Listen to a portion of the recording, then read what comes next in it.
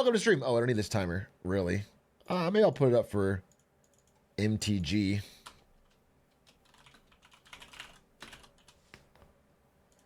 What the fuck is up? What is good? What's popping? What's cracking? Party, MX, Bald, Pigeon, Binguini, Tanakeru, Orofi TV. This is not an EU-friendly time to stream. It is more EU-friendly than it's ever been. So glass is half full, motherfucker. We're an hour earlier. We're closer than ever. That's a high bar. You gotta take what we can get. Spongy hands. Well, don't say pop up. Besides, we're getting the right Europeans, okay? We're not getting the Europeans who work 8 to 3 and then have a fucking long lunch and then go to bed. We're getting the degenerate, grindy, late night, 2 a.m. gamer Europeans. They played CSGO all day and Dota all night, and they tune into my stream right as I go live. We're getting the unemployed Europeans. Yeah, it's a unique and elite class that we're getting. And did you see NASCAR being sued by teams for antitrust violations? I did not. NASCAR being sued for antitrust.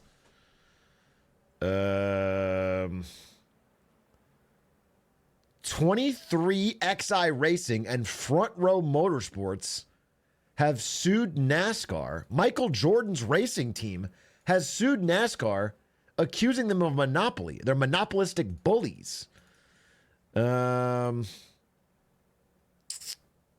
Interesting. I'd have to read more about it. I mean, Michael Jordan is himself a billionaire and probably benefits greatly from whatever this lawsuit's about, but he could be right. NASCAR is owned by a family whose last name is France. The France family owns NASCAR. That's anti-American. That's anti-American.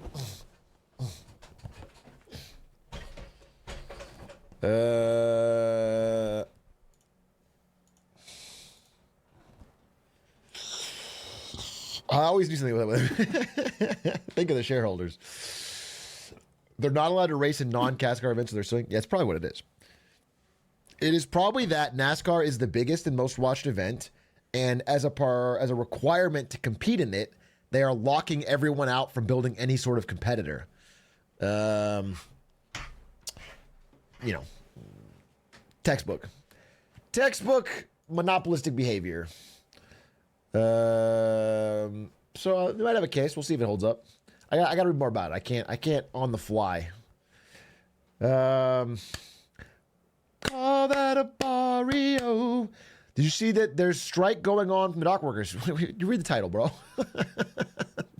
Not only could you just read the title and figure this out, but you could also just think or look at it in my YouTube channel where we uploaded a video about it. So it's like, either if you're a YouTube frog, you should know I've talked about it. And if you're a Twitch frog, the title's right there. Internet Explorer chatter. Does anyone actually still use Internet Explorer? I haven't seen, even in the wild, Internet Explorer in years. It's Chrome or Firefox now. I'm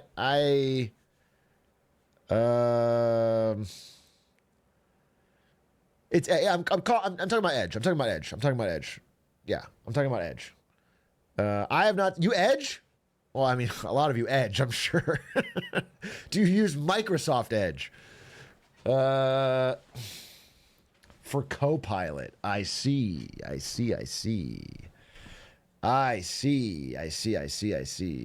For Copilot. Big A, if you read the book, There Are No Accidents, I would recommend it. I have not read it. There Are No Accidents book.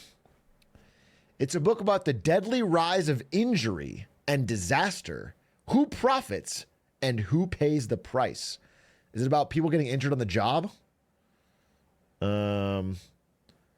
It's pretty highly reviewed. It seems interesting and up my alley. Oh, wow. It's like a whole century of like factories and coal mines to today's hospitals and highways. Interesting. Yeah, I might add that to my list. I got a lot to finish though, to be honest, book wise. Book wise, I'm a bit cooked, and I also had a book club. I'm supposed to read a fiction book too. Atrioc, you should read the book "The Pigeon Rides the Bus." Changed my goddamn life. Now, I also don't know this book, but it sounds like you're making a joke here. Pigeon rides the bus.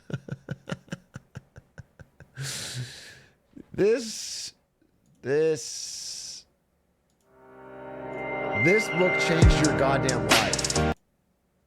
Pictures by Mo Willems.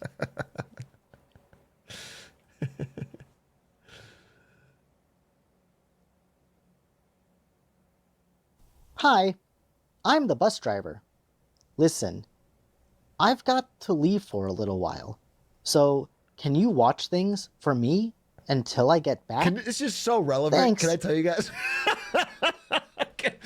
I read an article today. We'll get into this book, which sounds fascinating. I read an article today that was called "The Elite College Students Who Can't Read Books."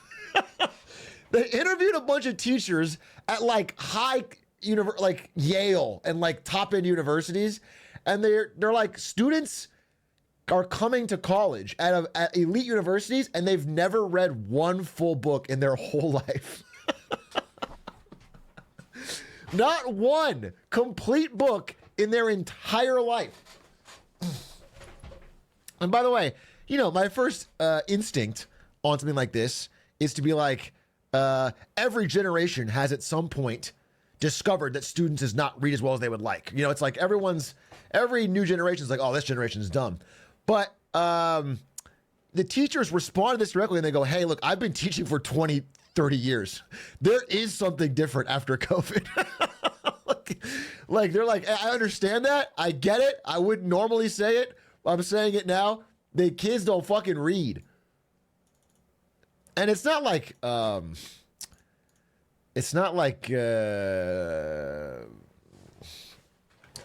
was a fucking reading lover back in the day. Reading was pretty boring in school, but it was assigned.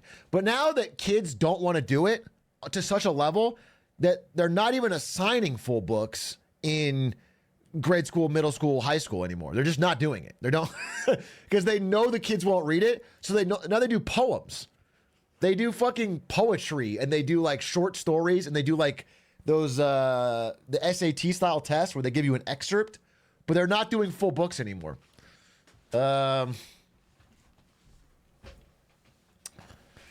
So it's getting wild. Oh,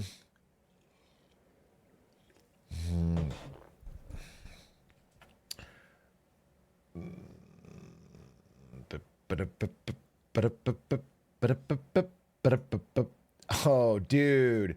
MTG financial crash. My brother, you're worried about the wrong dockside extortionists. It is such a good segue, dockside extortionists, into the fucking dock worker strike. Tirzu from the top ropes. If you don't know what he's talking about, it'll make sense later. It'll make sense later. You sent me a question, Tirzu, and I did a thing where I read it, and then I thought of an answer, and then I didn't type it, and then I forgot about it. And now I don't remember the question. But you did send something to me, and I owe you a response, so that's a note to myself. Call that a barrio. Dude, you could not fucking waterboard this out of me. One time I took a shit at school and there wasn't any toilet paper, so I used pages from a book I was supposed to read. That is disgusting.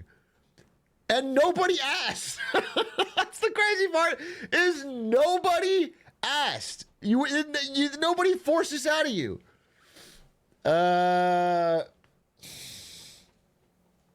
Milky Mondays. That's your name? Thank you for the 4 months. Hey, Atrioc, it may have only been 4 months of subs, but we both know it's been 4 months of dubs. Interesting. Thank you. You know what? I agree. You know what? I agree. It has you flagged as a possible ban evader. I want you to know that. Like the Twitch system flags you as a possible ban evader. But I do appreciate your kind message and thank you for the 4 months. How's everybody doing today? How's it going? Shout out to the guy who gifted me a sub. Dude, the amount of gifted subs yesterday was unreal. I sort of got my fucking 6-month quota yesterday, so fucking let's do all the videos offline. Hey, Truck, really into your videos, trying to get into more than just that. Are you hitting on me? Talking about my pants? Fucking relax. Ease back up. Ease back. The videos is fine. Stick to the videos. Do you have a reading list you recommend? I think someone made a book club. Or like a website. It's called like Big A Book Club. Or, yeah, I don't remember exactly what it's called, but you can find it. And it's got little clips of all the books I've shown or recommended on stream. And check it out. Also, there's a Marketing Monday Discord. I don't talk about it very much, but it's awesome. We have a Marketing Monday Discord. It's like very well run. It's a much smaller community, focused, talks about interesting topics. I go in there for wins and fails ideas, plenty of time. So if you ever want to join that, pop it on in. What do you think about? I'm gonna talk about this later, but I agree. I agree, and I'll get to it and give my thoughts. But I'll do it after the magic thing. Hey, Shrek, did you know that if someone got approved for Biden's STAVE student loan repayment plan, that they might not have to start making payments on loans until like late 2025? I don't know if that messes with your loan default. These are already factored in. I factored it in. It's just a smaller percentage of people. The majority of it's been 2 days actually, right? It's been 2 days since the 30th. The majority of student loan defaulted payers will start reported to the credit agencies now this week. But it won't hit the data. It won't hit like public data for a month or a quarter. So we won't know the default rates or anything for a little while, until probably after the election. Hey, Big A, did you see the updated Jack Smith indictment? This rate, I swear we're like 2 weeks away from Melania endorsing Harris. I think that's unlikely. Melania Trump endorsing Kamala Harris seems unlikely in the next 2 weeks. But if you really, really tweet at her, you might convince. Hey, Truck, honest take. What the fuck will happen if I don't pay my student loans for a while? What will happen if you don't pay them is that it will hurt your credit. That is what will happen. Student loans are also non-dischargeable in bankruptcy. However, here's the thing. Enough people aren't doing it that theoretically it could become such a problem that they all get forgiven. There's a non-zero chance that somehow they find a way to force it through. But so far, it's all been blocked. It's been blocked. Like all attempts to forgive all this student loan debt has been blocked. So I don't know. And if Trump wins, I would say your chances are zilch, bro. Zilch. You better start paying. That's my estimate based on knowledge right now. Atrioc, not all attempts are supposed to be project attempts to forgiven in smaller problems. Yeah, but I'm talking about the majority of people. Mitch Boy 3, thank you. As fucked as Australia is, student loans here are so good. Interest free from the government, only goes up through indexation. Only start paying once you start earning over 50K. Take it out of your tax return. Yeah, sounds pretty cool. The problem with Australia entirely stems from housing. The entire thing, top to bottom. Housing. Housing is the core. I'm sure they have plenty of good things. The deep rot of Australia is housing. And it affects the government, it affects everything. It's like it's a real problem. It's the whole economy.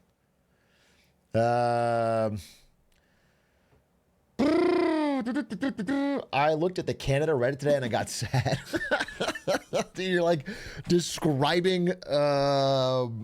It's so funny because I have a similar experience when I read about some of this stuff, but I have a weird, sick obsession with learning more about it. I don't know what it is.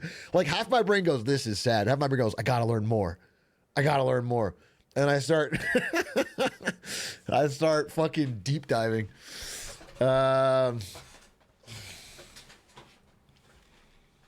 Big A got my Enron hat and it's fire. Sheesh. Can I get a sheesh for Jay Hano? Thank you for buying that. Appreciate that. Happy to see you in person. I promise you this. And anyone who's bought an Enron hat can tell you, it is boomer crack. So if you're a student and you wear it in front of a teacher, they'll always give you a laugh. If you got parents that remember Enron, or they'll always give you like, oh, they get it. They're in on the joke. They love it. All right. It's a fucking banger. It always hits. So, and what's cool is Zoomers either don't fucking know what it is at all, so they don't even, there's no comment, or they'll think it's an Atrioc thing if they know me. So it's a win-win, dude. You get a fucking, it's a triple option select.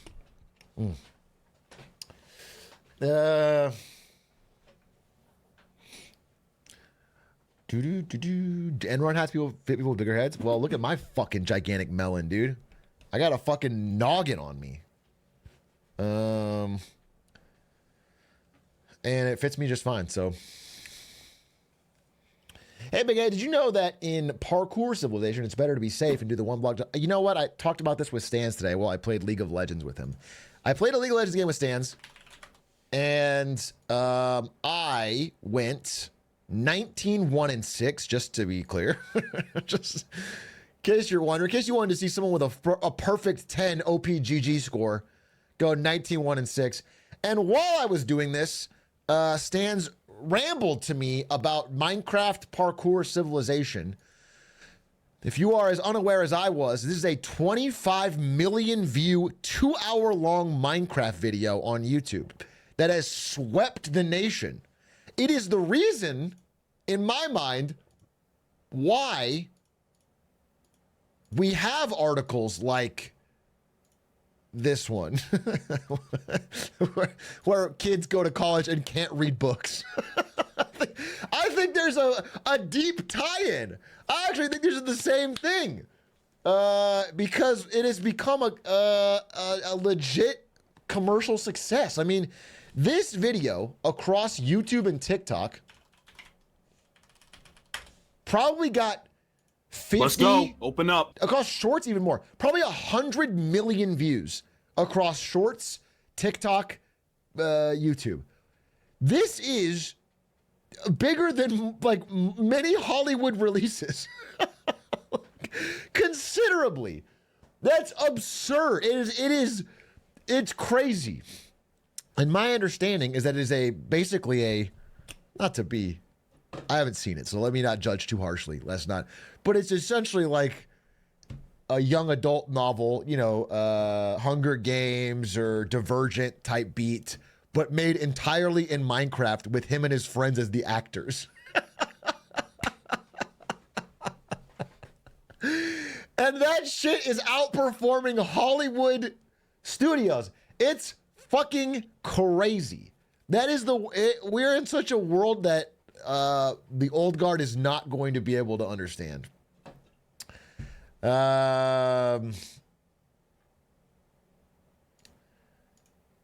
And that is exciting. That is interesting, but also a little bit spooky because, as I mentioned, people are losing the ability to read. And what was crazy, one quote that really stuck out to me in that article was like, listen, it's not that these kids don't know words, right? If they put a paragraph in front of them, they can read it. But the second it starts getting to like 1 page or 2 pages, their eyes glaze over and they're incapable of actually like retaining anything. They cannot retain the information. Like, they can read it. If you go word by word, they're not like unable to read. It's just they cannot retain a longer form piece of text. And And that's the interesting part. Which is why, as president, I am proposing we replace school reading with school watching of Minecraft Parkour Civilization. Okay? Every day, a full watch through with all the students and a discussion about the different relevant themes. Hey,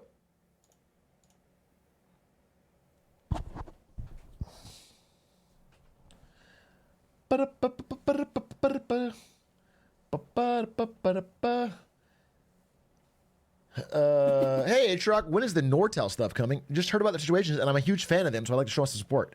I'm sorry, do you think that when you buy a Nortel hat or an Enron hat from me, that the money is going to Nortel or Enron?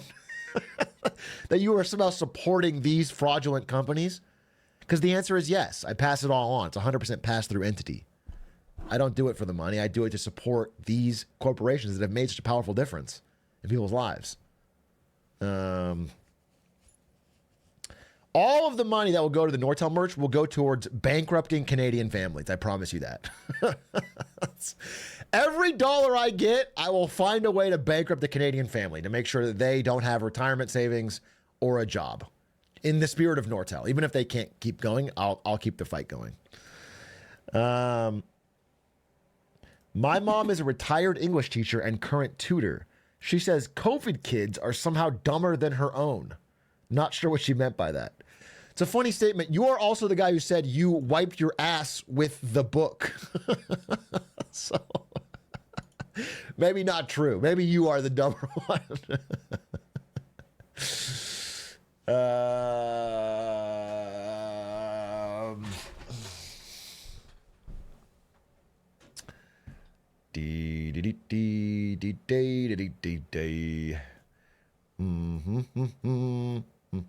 I'm such a VOD frog, I was about to fast forward through these lame ass jokes. Really? Well, Bonnie Skeel Bernheit, let's hear your great joke. Please, let's stop the show and let you entertain the chat. Please, no, please. I would love to hear your joke.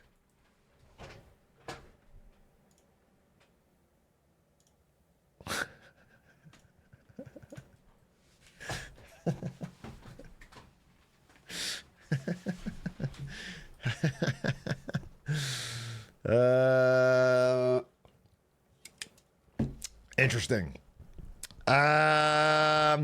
What's hey, Atrioc, using my first time to bring to light a video you'd like on YouTube called "The Sound the CIA Doesn't Want You to Know About" by Chuppel, and then you said Glizzy 1. Is Glizzy 1 supposed to be a way to get me interested? I don't. The sound the CIA doesn't want you to know about.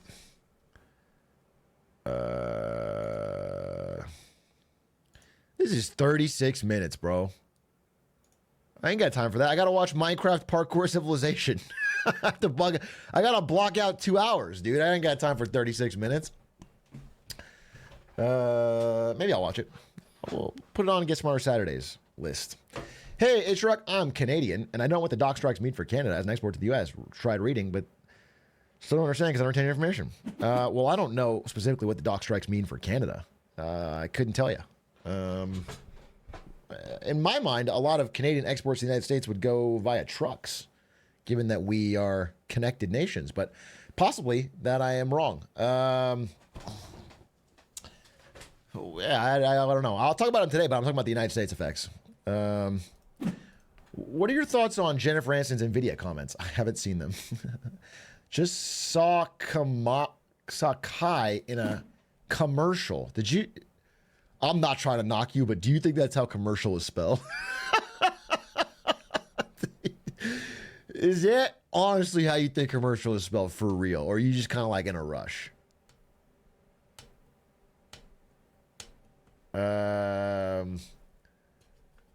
Do you think they're in the same room? Actually, I haven't seen the commercial, but possibly. I mean, does it look like a green screen or not? Whether they are or not, it's obviously a huge fucking deal for him. And it's a sign that, dude, it's all part of this same massive internet young people culture shift where it's like Kai Cenat is up there with the biggest celebrities, and it engages the Gen Z and Gen Alpha audience in a ways that no one else can. And this movie, Minecraft Parkour Civilization, is doing better than like half of the fucking Hollywood releases this year. More than half, probably. In terms of fucking, like, this is such a turning. Like, this is actually important. It sounds crazy. I haven't even watched it yet. It's the fact that this exists and gets the fucking viewership it's getting is crazy, because it really is just a 2-hour like fan fiction movie. It's like it is just what Hollywood might make, but they don't understand that you have to put it in Minecraft for people to watch it. That's how wild.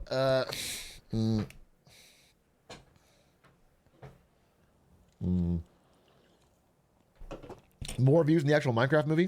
Give me a little more time here. Do you think it'll get? No, it won't. It won't. Minecraft movie will do better, almost assuredly. But understand it like it's the same thing they're trying to hit.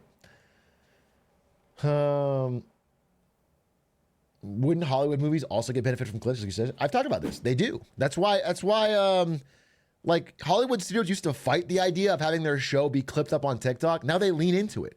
Now the official Netflix account posts full episodes in clips on TikTok because they know that if you watch one of those clips and you're like, oh, this looks interesting, suddenly you're fucking binging the series. It worked with House. It works with everything. They're leaning into it. I mean, the smart ones are. Netflix is the smart ones. Other ones are still shutting it down.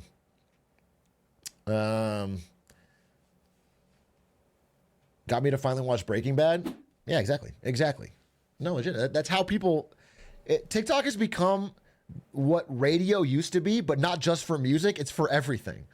There's just a certain subset of people who get all of their opinions, news, music, movies through TikTok. Through like it all comes through the fucking algorithmic feed and then ends up being their. It's the everything app in terms of like influence. I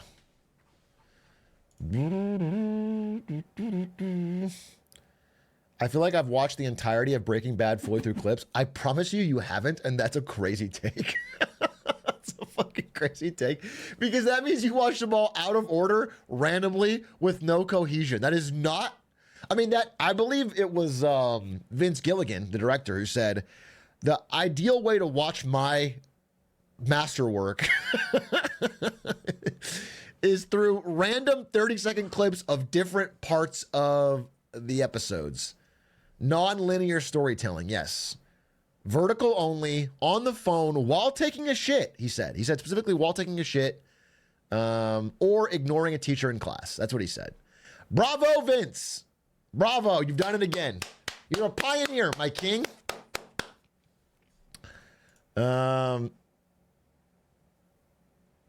Big A, I think my parents are out of touch. I like your thoughts on this. I'm applying for a position I think I'm extremely qualified for, but I'm worried my application is going to get lost in all the weeds. The hiring manager posted on LinkedIn about the position, so it's public. Should I message him there to get my foot in the door after applying? Would it be weird to send an email to their work address if it's not listed? Okay. Your question is interesting. It is a little weird. However, I think you should do it. I honestly think you should kind of just fucking try anything. I think you got to stand out in some way that shows you're more invested. Because if you just dump your application, it is going to be lost over 1,000 other ones. Like you gotta find a way to stand out, bro. To show that you are like putting the extra effort, that this matters to you. Again, I'm going to tell a story here that's like super cringe, but it's true. And it changed my life really. Again, after I met my future boss at Twitch, a guy named Ben, I met him while writing in the press room at the Season 3 World Championships for League of Legends. I met him, introduced myself, we talked, hit it off. He gave me his email, whatever. Later, there was a job opening that he was putting up there. I thought I'd be good for it. I applied. no real response. I sent him an email with my resume and I said, hey, listen, man, I wouldn't normally do this, but I think I'm a great fit for this mission. Here's why. I wrote all these things. Here's some things that I think are like uniquely attributed to me, whatever. I wrote the whole thing. He doesn't respond. He completely ignored it. Completely donut walled. By the way, this email is, when I look back on it, incredibly cringe. Incredibly cringe because I like color coded it. I put parts of my resume in red and then like I highlighted in the email parts in red and I was like, you know, I like fucking like tried to make it super easy for him to see what the, anyway, show us the email. It took me a while to find it. This is like an old account. Anyway, whatever. I send this email out. I'm like praying. He ignores it. He ignores it. Okay. I wait, I think 2-3 days. I go, fuck it. I send it again. Okay. Like I reply to the thread and say, hey, just in case you missed this, send it again. He was on vacation. He was on vacation for the first one, saw the second one, goes, oh man, sorry I missed this. Yeah, let's talk. I'm not kidding. That led to us talking and then me getting a job at Twitch. And so you understand like how, like if I had just been like, no, this is too cringe and not did it, my life is different, legitimately different. So again, I just want you to know the lesson of the story is always double text your ex. Triple question. No, it's not what I'm saying. But I just think in the situation where you're like trying to get a job, you have nothing to lose with the job. Okay? Like, unless you're going, unless you're like, think about it like this. You're trying to give off the vibe of like dedicated and really wants this position. Don't give off the vibe of cringe or weird or whatever. Give off the vibe of like, hey, I'm going to do what I can. And if you tell me directly to stop, then of course I'll stop. But like, you know, being earnest. And I think that helps. So that's my advice to you. Because it worked for me. Yeah, persistence without rancor. That's a good way to put it. Wow, we got a fucking poet in chat. This guy reads books. This guy reads books. This guy's not worried about fucking passing the reading SAT.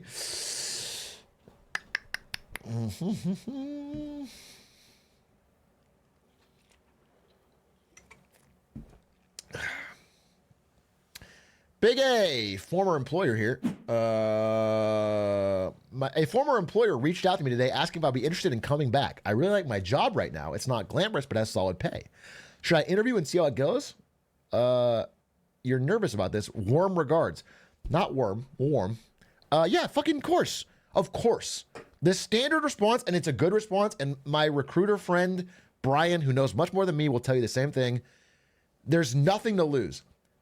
Just find a break from your main work, do an interview, see what they offer you. The option is good. It's always good. There's no downside. Yeah, just don't print out your resume at work or do the interview while you're at work. Yeah, that's the only thing. Just fucking keep it separate. Again, same thing. I mean, when I interviewed at NVIDIA, I hadn't even decided if I was quitting Twitch yet. And it actually helped my interview. Listen, if you go to the interview with the mindset and you tell them this, hey, I'm pretty happy in my current position, but I'm interested in hearing what you have to say. That makes them want you more. They want you more if they know you have a job and you're like happy with it. It goes, wait a minute. Oh, this guy's, it's a huge win. It's a little bit hard to get. So there's nothing wrong with searching while you're at a job. It's probably the best time to search. It makes it easier. Timer. Let's give myself another few minutes. Let's give me another 8 minutes, and then that's it. It's the last timer, and then I'm ready to go. We started early. I feel like this 6:30 start time is fucking awesome. I feel like I have more energy when I start out. I feel like I don't feel rushed before it's too late. I feel this is great. I like this a lot. Bro, it might even end up being 6 or 5:30 in the longer term. I prefer it. And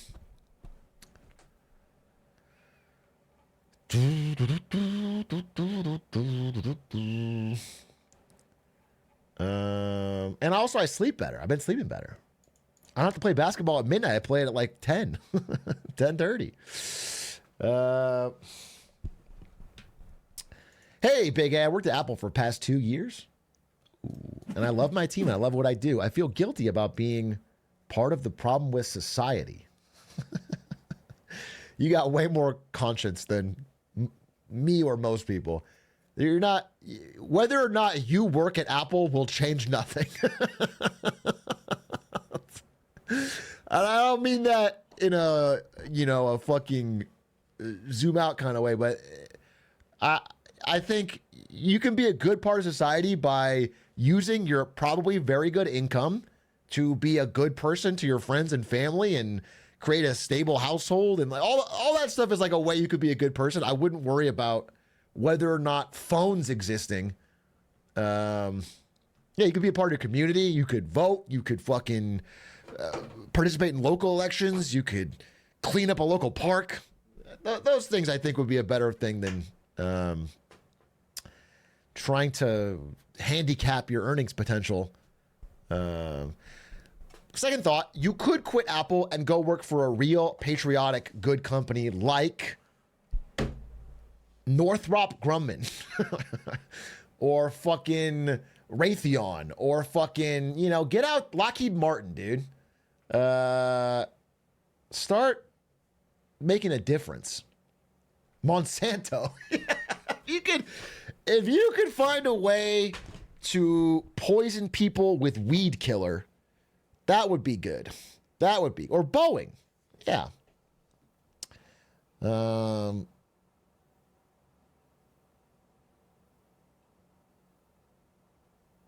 I marry into the Sackler family? It's like,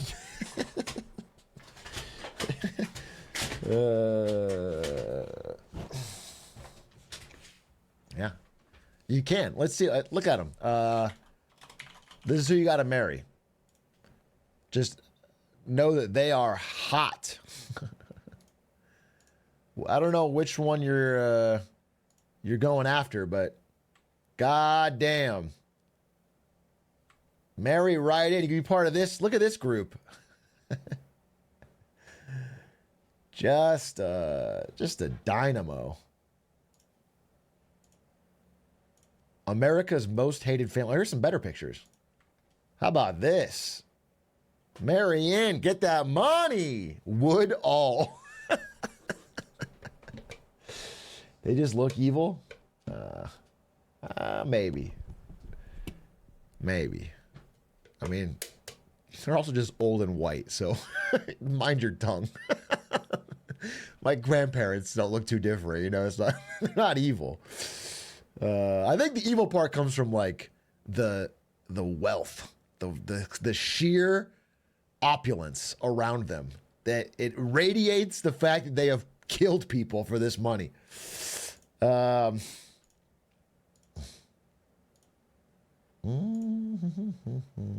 like my whites poor.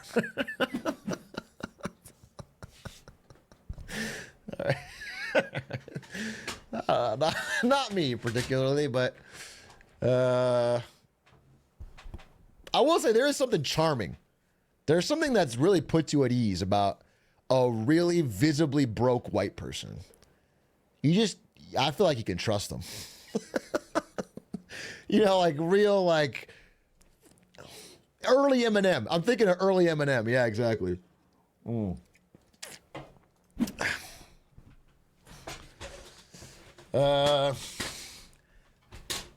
Like Jesse Pinkman. I guess that's a bad example.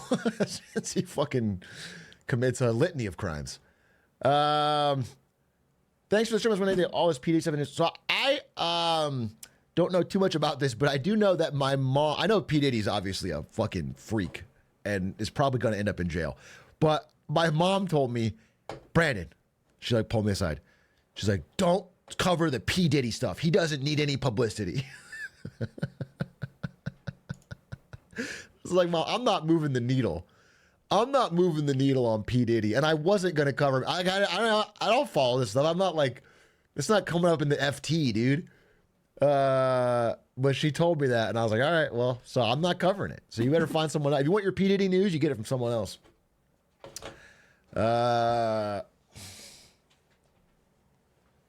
Social media canon. Yeah, exactly. Exactly. Hey, last week when I got through the last round of interviews for a PM position, today they asked me to do a background check. Is it a good time being considered? Yeah, absolutely. The only problem is, Cassetros, they're going to do the background check and find out that you did that insane fucking rooftop 5 sniper kill in my Hitman contract, and they're going to find out you're a fucking assassin, and you're not going to get the job. You're the guy that walked on barbed wire to get out from the fucking helicopter. So, unfortunate, but the history is on the internet forever. Or they promote you to CEO, one of the two. One of the two, one of the two.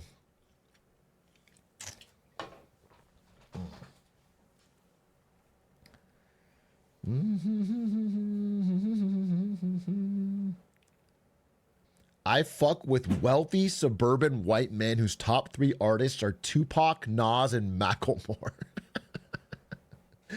Macklemore in there is I feel like if Macklemore's in the top 3, Tupac and Nas aren't. I have rarely, I mean, maybe there's someone you found that has those 3, but that 3 seems crazy.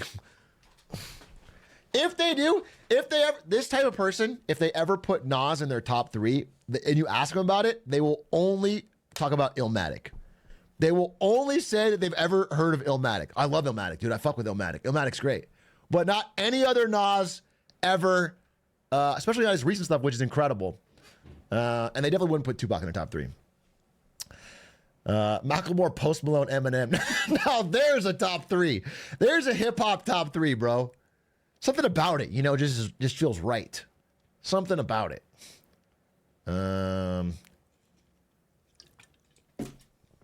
That's a white boy summer. Did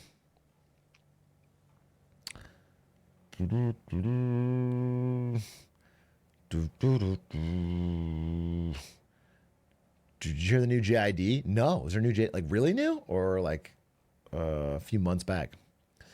It's Huffabub. Thank you for the 16 months. Can you answer a quick question before the timer ends? Go, go, go. Give me the question. Timer's almost out. Give me the question. Hurry. What's the question? I'm going to answer it. Give me the question. Give me the question. It's almost out.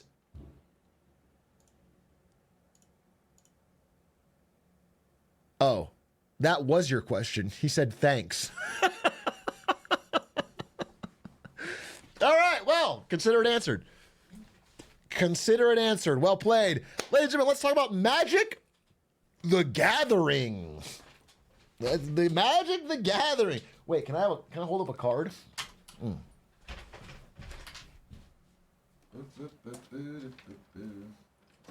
Where is... Ow!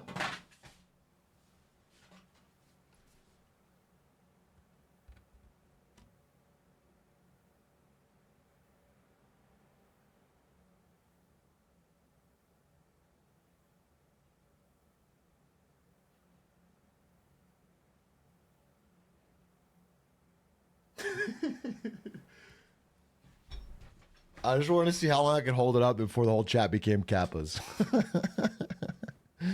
It does kind of look a little bit like Linkus, huh? A little bit. Gray face, no space. I stole this from the very first TwitchCon, by the way. The very first TwitchCon, I stole this when I worked on it.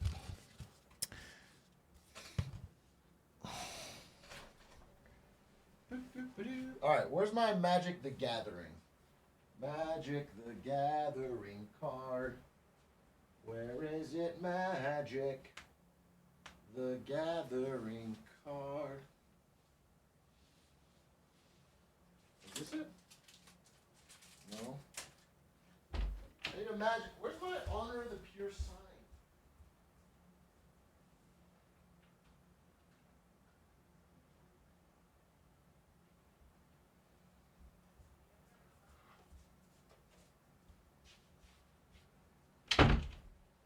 What up, what up, what up, what up, what up? Magic the Gathering. Okay. I have my favorite card somewhere that I got in Japan. I got it signed, but I can't find it.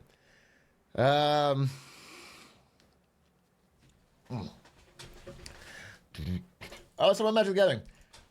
Okay, so some of you may have heard that there's been an insane amount of controversy going on in the Magic the Gathering community.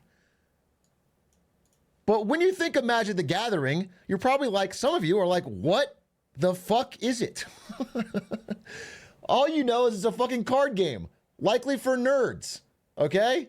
So what does this all mean? Because we've seen stock drops, money lost, millions evaporated. We've seen death threats. We've seen chaos. We've seen lawsuits. We've seen corporate power disputes. And all this has happened in the last few days over Magic the Gathering. And I want to catch you up on what the hell's going on, because it kind of means a lot for business relations in other gaming industries, not just around Magic the Gathering. So the main story is that there's been a collapse in prices in a certain set of cards. And that's like the kicking off event. But I want to give you some zoom back a little bit.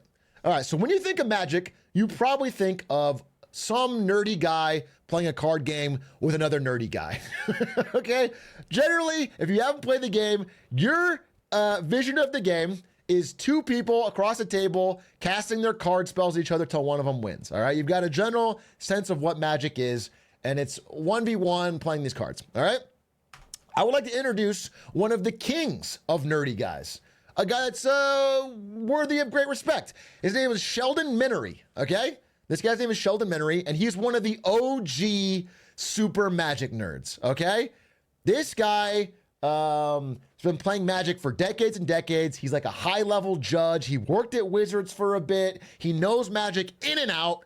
And, you know, decades ago, while he was at Anchorage Air Force Base, or Anchorage, Alaska, I think, at the Air Force Base, you know, like doing dick all, playing PS2 and chilling with his friends, he invented a new way of playing Magic, okay? That's not this 1v1 format. He invented, with his friends, a new way of playing Magic called Commander.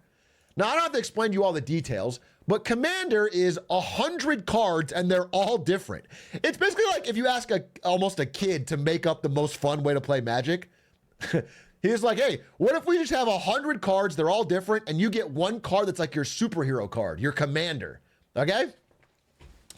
Again, it's called Commander now, it was before. Fucking, this is for casual audience to understand, okay? It's Commander, all right? And so Commander immediately starts to take off. It's actually really fun to play. And instead of 2 players, it's often 4 or more. It's like a big, fun multiplayer bonanza where you're playing all these fun cards and you can slap together any 100 cards to make a fun deck. And okay, it starts to take off. And Commander videos on YouTube do really well, better than other videos of Magic. And eventually, Wizards starts making actual Commander product, like product made for Commander, like including Commanders. Like they lean into it. It's fan-made, but they lean into it. It starts to blow up. Commander YouTube channels get big views. And eventually, after some time, Commander becomes not just a popular way to play Magic, it becomes the default or like the most popular way to play Magic. In 2024, like now, Commander is the most popular way that Magic is played. It is how most people engage with the format. It is how they watch on YouTube. It is massive, all right? It's become very, very, very big. And so Magic has leaned into it even more. They make more and more Commanders. Like Commander has become their dominant thing for their popular Magic card game. And again, it's fan-made. And Sheldon does a lot of things, but one thing he helps create is this idea of Rule Zero. Rule Zero is the overarching dominant rule of Commander. Rule Zero. Rule Zero. What is Rule Zero? And Rule Zero is essentially says, hey, if you and your friends are cool with it, there are no rules. Like, you can include whatever card you want. You can do any house rules you want. You can ban whatever you want. Just like, it's for fun, really. Just try to make sure you're not being an asshole. It's the core idea of Commander is like, if your deck is worth $6,000 and their deck's all worth $200, you should probably sub out. You should get a cheap, like, stop trying to put all the most powerful cards in your deck so you can constantly win. Play the card game for fun. That's the core idea of Rule Zero. Okay, understand that humans are very bad at doing this. Because we all think that we're playing by Rule Zero, but we kind of want to win. Everybody wants to, especially if it's the most popular way it's played, you want to play with strangers. You want your deck to be not crazy strong, but you want it to be a little stronger than theirs because you want to win. Humans like to cheat, put a little bit more power in their deck to make it a little bit stronger. All right? But that's the idea. But all of this ran really well for years. And then last year, late 2023, Sheldon Minery died of cancer. And Magic mourned him completely because he's a real legend of the game. He's done a lot for the game, and he helped really revitalize the game by creating those popular format Commander. He died. And it's a very sad moment. And Wizards did a really cool thing by printing a card celebrating him. Sheldon the Commander, it's like an official card. That's really cool. All right, so he's part of the game permanently. That's awesome. However, now that he was gone, a lot of things that he was like the powerhouse of keeping running were kind of up in limbo because he had established the Commander Rules Committee and the Commander Advisory Group, and he invented the game, essentially, so he had helped run it and keep things in line for years. Now, there were 5 members left of the Rules Committee, and there was these 5 people, okay? And they were in charge of, like, basically the rules for this gigantic popular format. And when you think about that, it's a little bit crazy. It's a little bit out there because it's not Wizards of the Coast. So they might print the cards, they might make the cards, they might sell the cards, but if you were to decide who can use the cards, who can play the cards, it's this Commander Rules Committee. They decide what gets banned. Okay? And again, in most games, that's not the case. That's just, I mean, obviously, like it would be like Riot Games or something, not being able to decide the competition rules for League of Legends. Like it's a unique situation where the fans had a lot of authority and power over this really popular format. Now I want to give you guys some gifts, okay? I'm going to give you this beautiful jeweled lotus. This is for you, chat. Beautiful. This is your gift. I'm giving it to you. Look how gorgeous it is. I'm going to take you on a trip to this spooky mana crypt. This is all yours. Take this mana crypt, okay? I'm going to give you this weird flying guy, Nadu Winged Wisdom. This is all yours, okay? I'm going to give you this monkey, the Dockside Extortionist, okay? Who sells things on the dock, okay? It's all yours. Unless the Rules Committee says they're all banned. And that's what kicked off all this drama. All 4 of these extremely popular, extremely powerful cards got banned at once. Now, reminder, in the very popular Commander format, everyone is trying to cheat Rule Zero a little bit and get a little bit stronger, okay? And all 4 of these cards were uniquely good in almost every deck. They were, I don't want to get too into the weeds of Magic, but they're very good at getting mana early. So no matter what your plan was, you could do it early and kind of rush it out. So they're all very strong, and they started to show up in almost every deck, especially these 2. These were showing up in almost every deck, which means they were very valuable. And so when all 4 of them got banned at the same time, it was pandemonium. Here's Jimmy Wong. Enter. What's up, everybody? This is Jimmy Kramer coming to you from the MTG Community Center here in the Command Zone, and I am going nuts over here. Okay, let's check in on the community reactions. Right now on Twitter, it looks like everyone's talking about a banned list, but I don't know what they're talking about. There ain't no band in the house because they've all been banned from the band. Okay, what about Facebook? Turns out people still use Facebook. Okay, onwards to Reddit. And what did we expect? It's Reddit. They hate it. That's why we're going to close this website and never use it again. Okay, maybe on the... Okay, it was chaos. And Reddit did indeed hate it. Because the most hardcore fans of the game had just lost collectively millions in value. Now, I can't go through the details of every card, but let me give you an example. This card, Mana Crypt, that we're talking about, that was in almost every person's commander deck, went from $180 in value to $50 almost overnight. Some people had dozens or hundreds of copies of this, okay? They had tons of copies. They had treated it like investments, you know? And so they lost lots of value overnight. Not every person, but like it was a very common, one of the most common cards in all of Magic. All right. So it goes down overnight. People started signing mass petitions demanding that the ban list get undone. People started demanding refunds from shops where they bought the card, saying, wait, what the fuck? I bought this card for 180 and now it's worth 50. Give my money back. Or worse, some people found out about the ban, immediately went to their local game store who hadn't heard about the ban yet, dumped all of their cards at market value. Then the shop realized they'd been scammed when they found out the ban later, and then banned them from the store. So it's like, it was causing a lot of stress, a lot of drama. When money gets involved in cards like these, it causes a lot of stress and drama. People on the internet, as they often do, started demanding lawsuits in the YouTube comments. We're going to do a civil lawsuit on the rules committee. Again, the rules committee is 5 volunteer Magic fans. 5 volunteer regular people who helps like make the rules in this for fun format. They're going to do a civil lawsuit for over 20 million stolen from the consumer. This guy had a friend get married and he got him a copy of Jeweled Lotus and Happily Ever After for his wedding. Then he had to write a PS.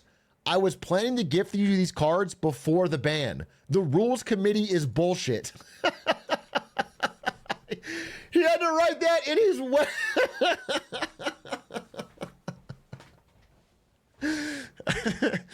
Okay, so it's chaos. Also, as with the internet, you know, again, this is the rules committee. I don't know if you notice anything different about one member of the rules committee that might make them more vulnerable to an online hate raid. I don't know if anyone's standing out to you. The kid's not part of the rules committee.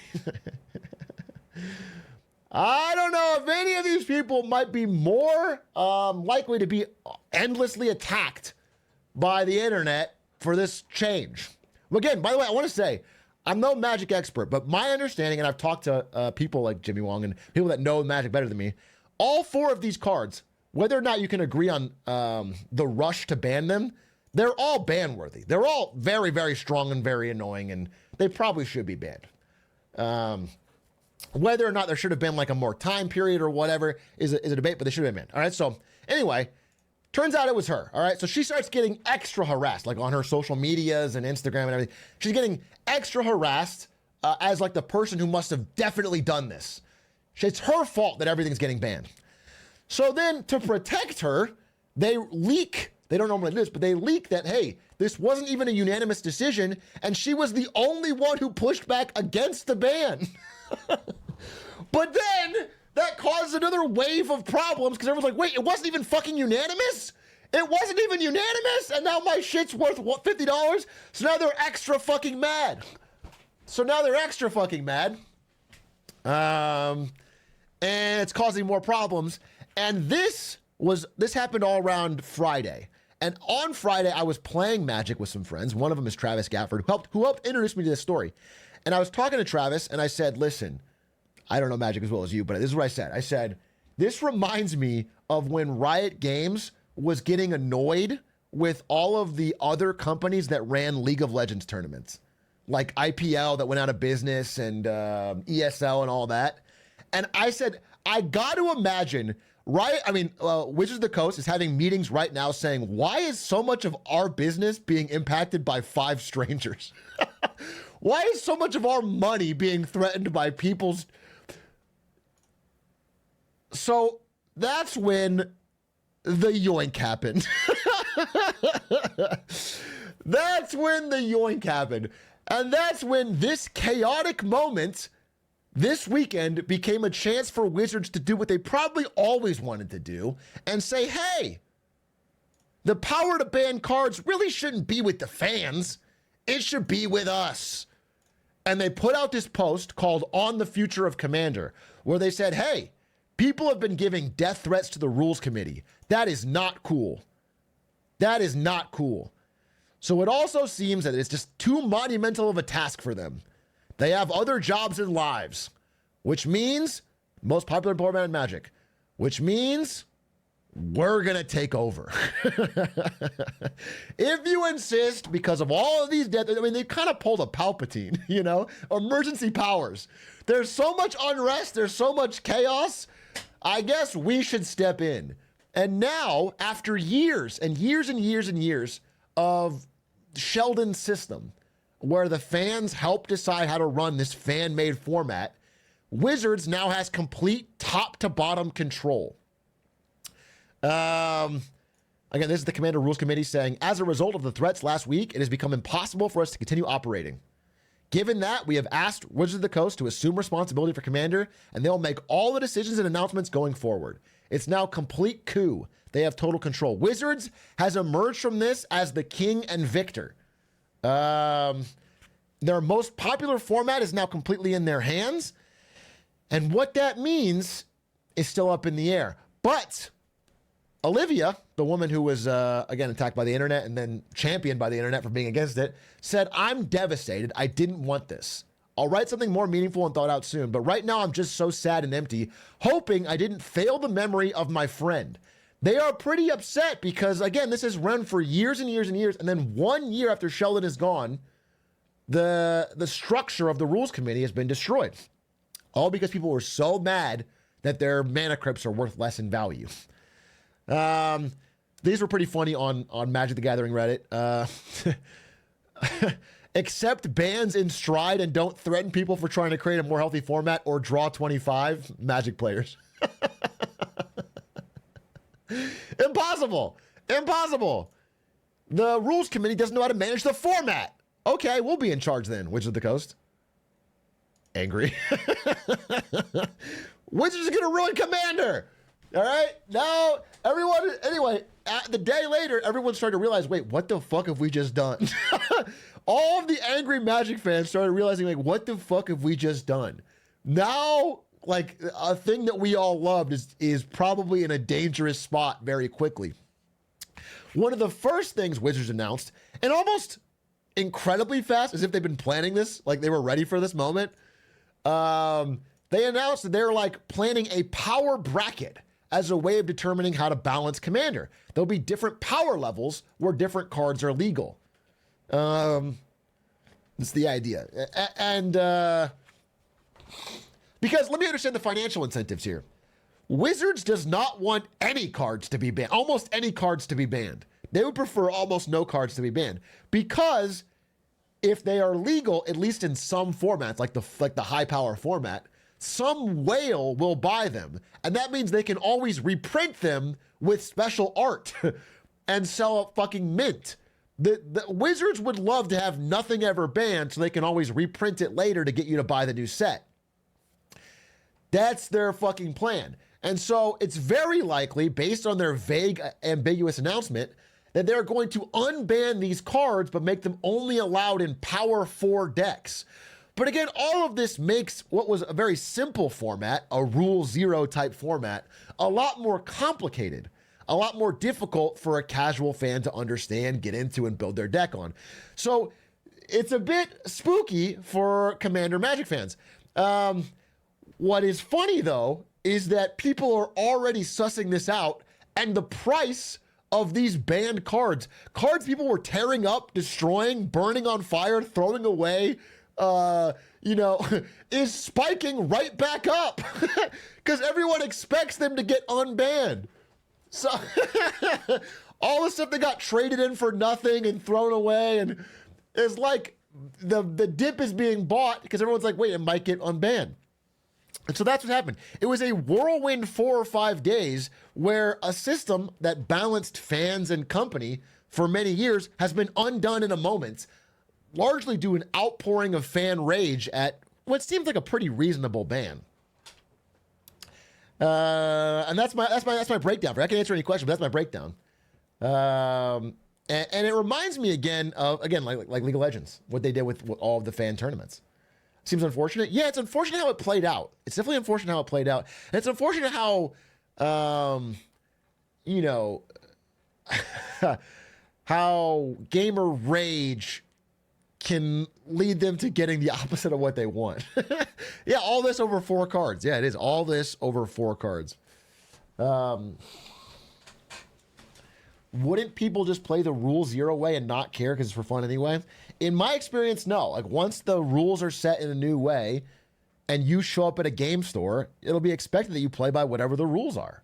I mean, I'm sure rule zero will always apply and people will be able to use it, but if a card is banned or power level tiered in by Wizards, then people won't play outside of that tier.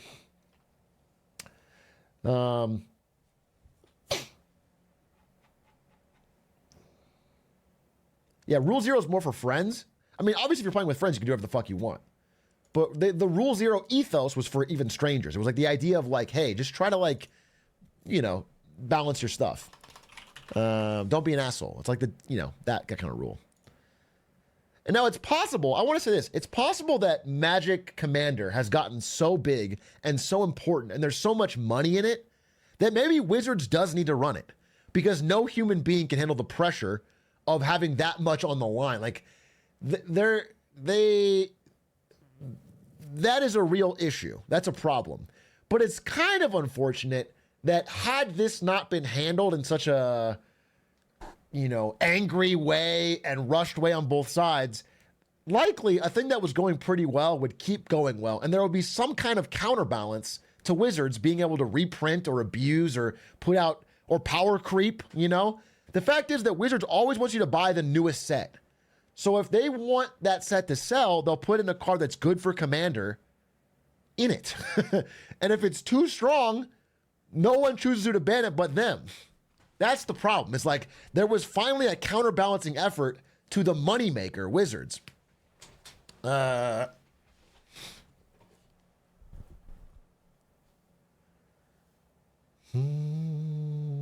you give a quick summary of what happened to the IPL that happened at this moment? Can you give a quick summary of what happened to the IPL that reminds you of this moment? So IPL 6 was supposed to be a massive esports tournament with League of Legends at the front and center. And it was ran by IGN, okay? And everyone was excited for it. And all the top teams were flying out, including a play-in collegiate team that won the qualifier right here, okay? Including a young Atrioc and his team that won Ivy Law to become the best college team in the country. And we were going to play against the early edition of Cloud9. Okay? So IPL 6. And we had people telling us we were going to get plane tickets and they bought our hotel and everything. And anyway, everyone's going to fly out. And it was a big deal and everyone was excited for it. And it was going to be the biggest league tournament of the year. And then IGN got bought by Ziff Davis Media and they canceled the Pro League. They said, no, this is too expensive. Like weeks before, like 2 weeks before. Like literally 2 weeks before it's about to happen. Like after everyone had announced they're going and is excited, they just canceled. They just said, fuck it, too expensive. Okay? Obviously, League of Legends fans that were excited for an awesome esports event were furious. And Riot began to think like, wait, why are we allowing so much of our business to be determined by somebody else? Why not just do all the esports ourselves? And that's when they started to make the LCS and the League Championship Series and all that. Like that came from the chaos around IPL and other tournaments that didn't do well, or had problems. Like Riot didn't want. So again, I think it kind of worked out for Riot, but it's the understanding that like there's this fan-made community, and that can get taken under the wing of the corporate leader. And once they have it, they never let it go. Like it never goes back to the fans. It's always locked in. So. It's an interesting dynamic parallel for what's going on with Magic. How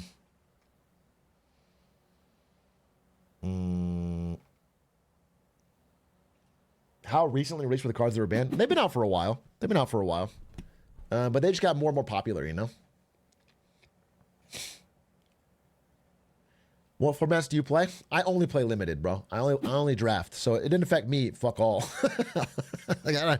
This doesn't hurt me at all, but I hang out with a lot of Magic people, and they were either furious or righteous or mad or happy, or they had a lot of opinions on it. And so I was like, wait, this is kind of interesting. And then again, I was kind of bored by it. And then Travis said, yeah, the rules committee's not even ran by Wizards. They're entirely separate. And then I was like, wait, tell me more. Once he said that, I was like, wait, this is fascinating. Because once you have this situation, it's so rare where there's this like counterbalancing, where there's like a entity that the fans run that can tell Wizards, hey, if you print something too powerful, we'll just ban it. It's really rare for the company not have all the power. And that's why I thought, oh shit. And again, you could ask Travis, he always makes fun of me, so he will tell you the truth. I said this verbatim. I said literally verbatim, they're probably having IPL type meetings where it's like, why is our business being affected by this fucking group of 5 people? And they're going to try and shut it down. And they did. That's exactly what they did.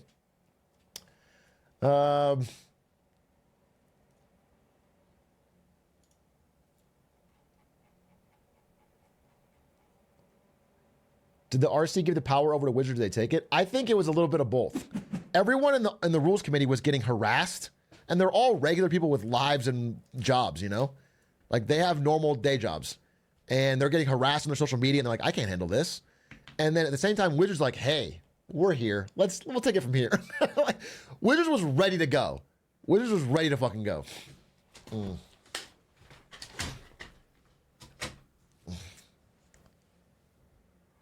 But no, it wasn't hostile. It was, yeah, a little bit strong arm, but not hostile.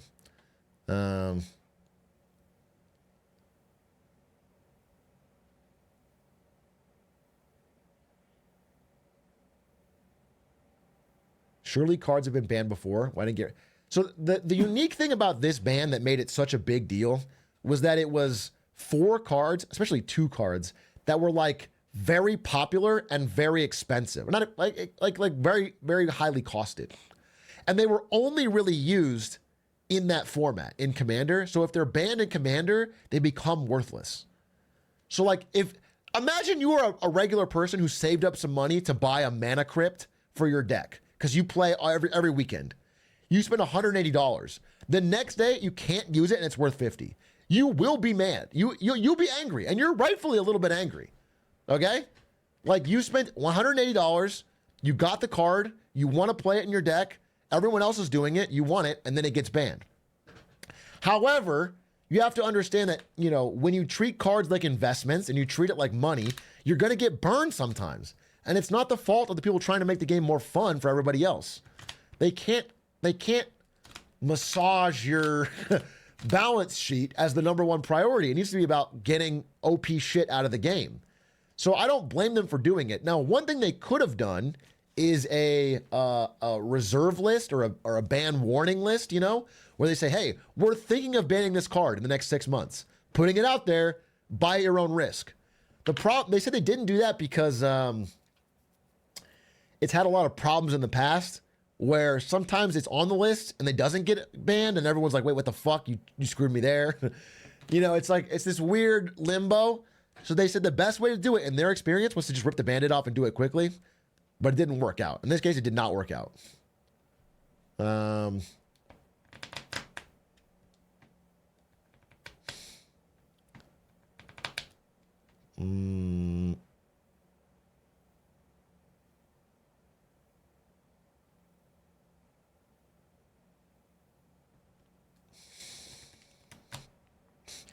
If Wizards didn't print egregiously busted cards that only work in Commander, we would never have this issue. Wizards does this because it makes them money. Because Commander is so popular, people will buy the new set to get these fucking busted cards. That's why it was nice to have a counterbalancing fan-made system that can ban them, so that Wizards doesn't print something too OP. Now there's no counterbalancing.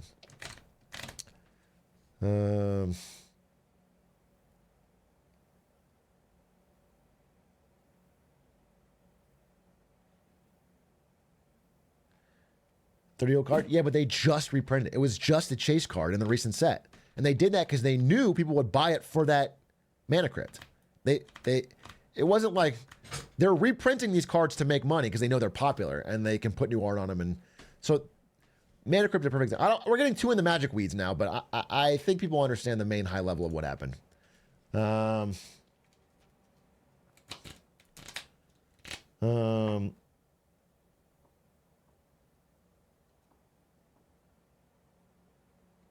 Do you think the power levels Wizards playing for Commander will split the player base and kill the floor bet? No, probably not. I think Commander is really popular and people will still keep playing it. But I do think that the rules they are proposing sound way more complex. They sound like it's going to be harder to keep track of. to figure out whether my deck's a power 1 or a power 2 or a power 3, and can I sit at the table for a power 3 and with a power, like, I think people might be annoyed by it, and it might make a new player harder to get into it, which could be bad down the road.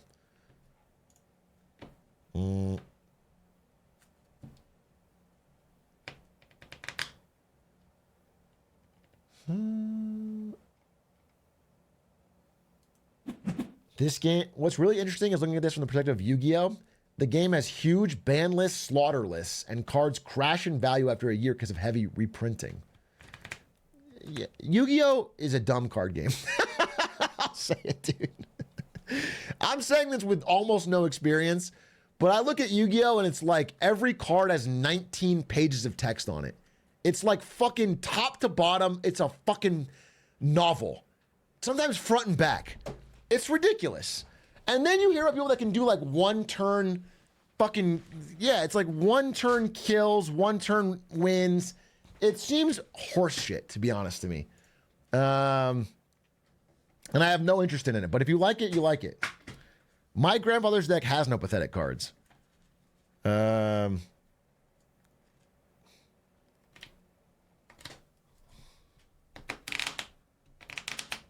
dare you?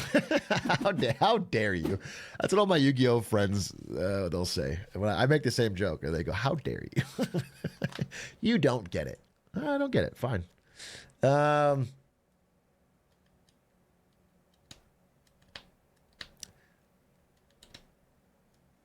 roast Pokemon? Pokemon is, oh, I heard about this from Jaywitz. So Jaywitz explained this to me, that Pokemon is a fun game, great card game, insane fucking power creep. Like absurd fucking power creep. Like they just add 100 new HP every year or whatever. And the card, like a Pikachu printed in 2024 is like 300 HP, 200 attack. And a Pikachu in the 1990s is like 60 HP, 20 attack. They just make the numbers bigger. So you can't use old cards. They just don't work.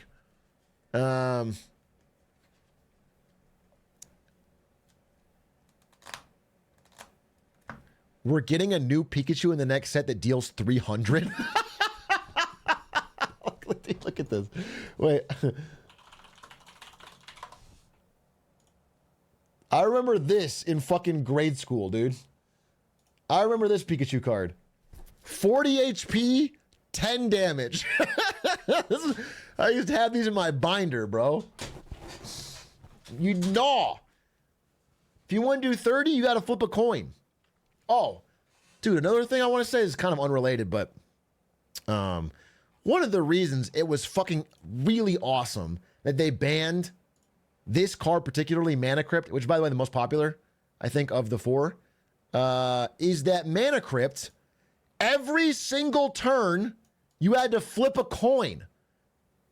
So imagine in like a higher level commander game where all four players or more all have a fucking Mana Crypt and they're all starting their turn by flipping a fucking coin. It's just slow and annoying. What a fucking nightmare. It's such an easy ban. Such an easy ban, bro.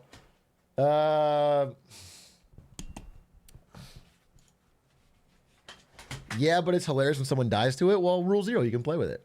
I think these bans make sense, bro. I think they're not that crazy. I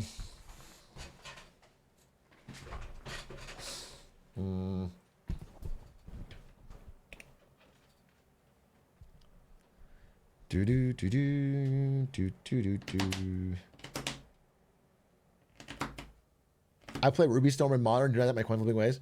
If you guys don't know Magic, Modern is where people compete to spend $10,000 on a deck. Modern is basically all these fucking cards are legal, and they go fucking absurd. Vintage is more, but Modern is still extremely expensive. They spend a lot of fucking money. Modern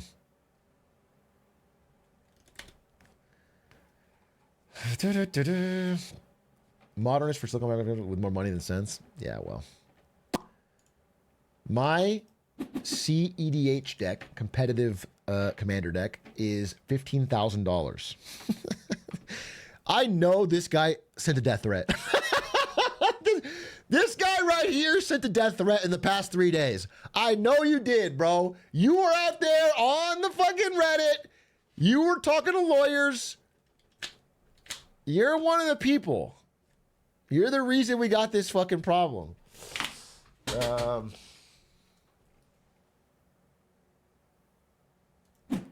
was a lot of backlash because of Soul Ring. Soul Ring's funny because I don't want to. Again, if you don't care about Magic, I hate talking about the rules of Magic. But like, there's a card called Soul Ring. It looks like this, and it is just as powerful.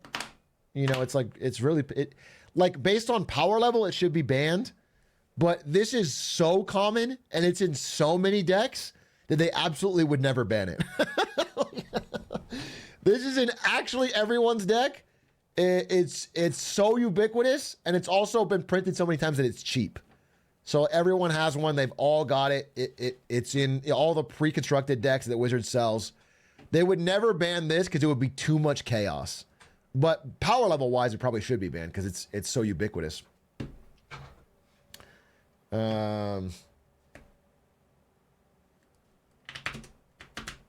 I mean, it would kill it would be like you go to the store and you buy your pre-built commander deck, and then you go to to play it, and they go, you can't play that. It's got a banned card. It would cause chaos. Wizards would freak the fuck out. So they couldn't ban Soul Ring. But it is strong.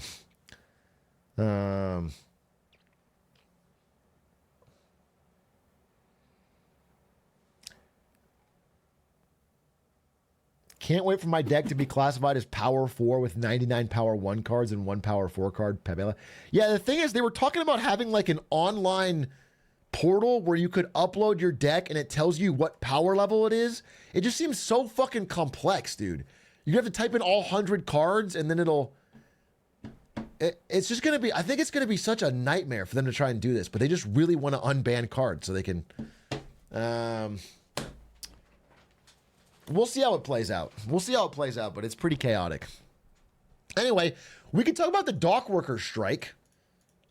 Speaking of dockside extortionists, soulless joke from Tierzu. Speaking of dockside extortionists, someone had a question earlier about it, basically talking about how the public backlash for this is more than most strikes. And I would agree with that.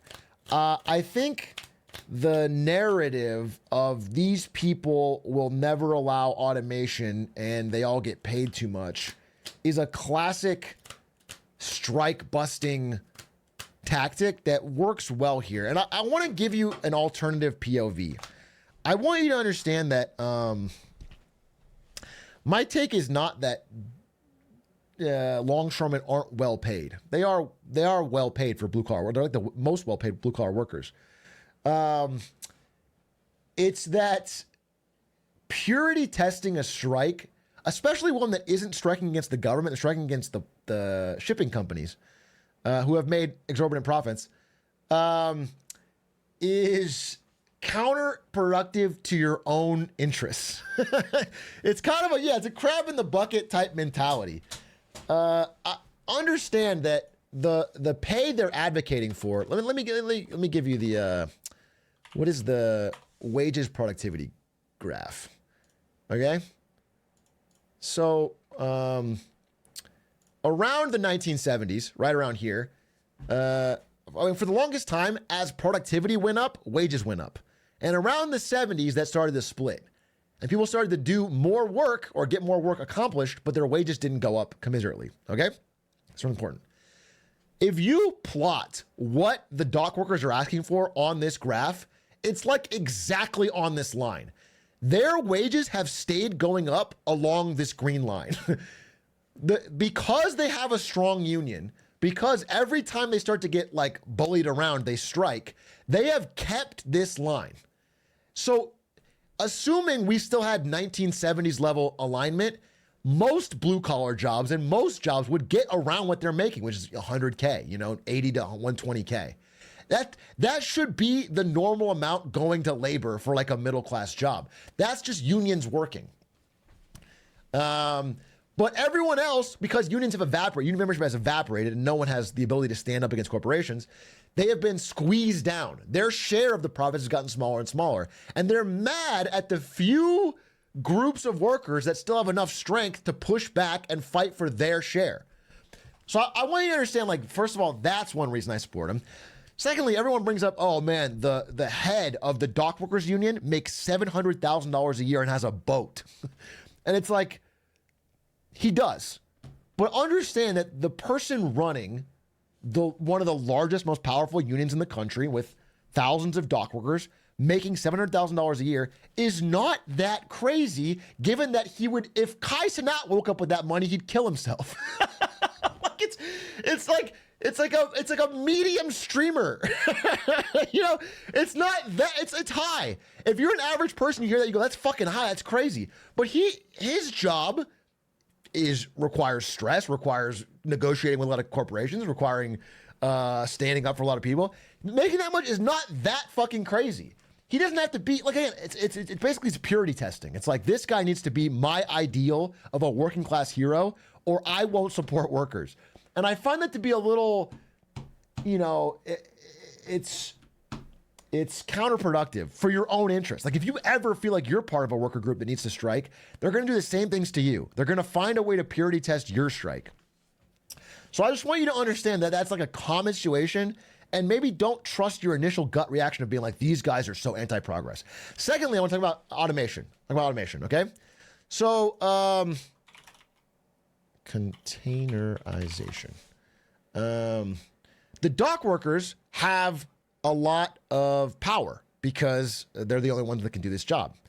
And so they've had this strong union for a long time, and they're ready. There's a strong union. It's a union that's ready to walk off if they don't get a good contract. And back in like the 70s, there was a big innovation in shipping called containerization. Basically, where the world realized, instead of shipping everything on boats and then taking it off, you know, individually, and it's all different sizes, we're going to put everything into the exact same size container. And everything's going to be built around this container, and we're going to do everything. Everything's going to be fucking based on this. The dock workers also opposed this. However, like they do with everything, it's part of a negotiation. They initially oppose it, then there's a negotiation, then they agree to it, but get a wage increase. It's like, it's happened multiple times. I'm just giving you a recent example in the 70s.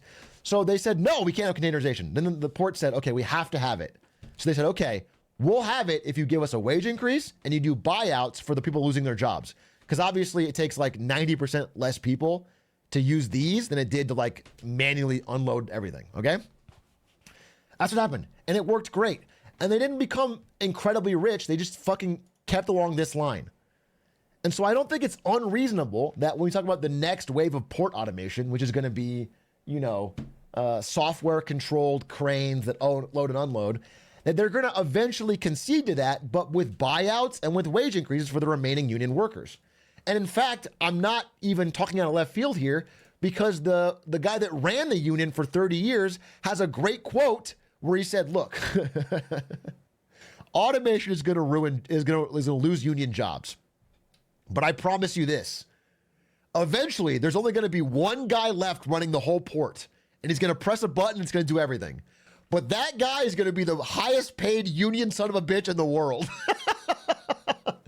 And I think that's a fair balance, okay? They're going to fight.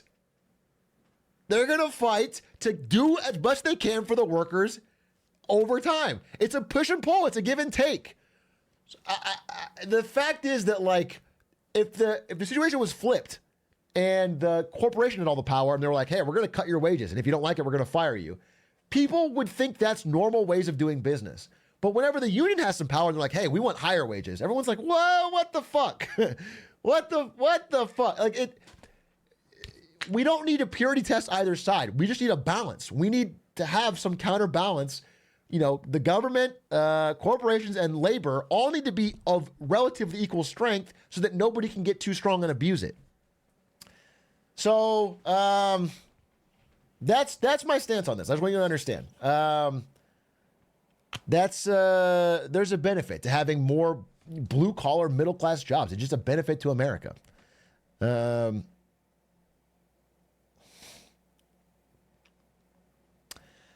What do you think about the fact that U.S. workers are far higher paid than workers in other countries? Far higher paid is a little crazy, but yes, we are higher paid. But we also have higher cost of living.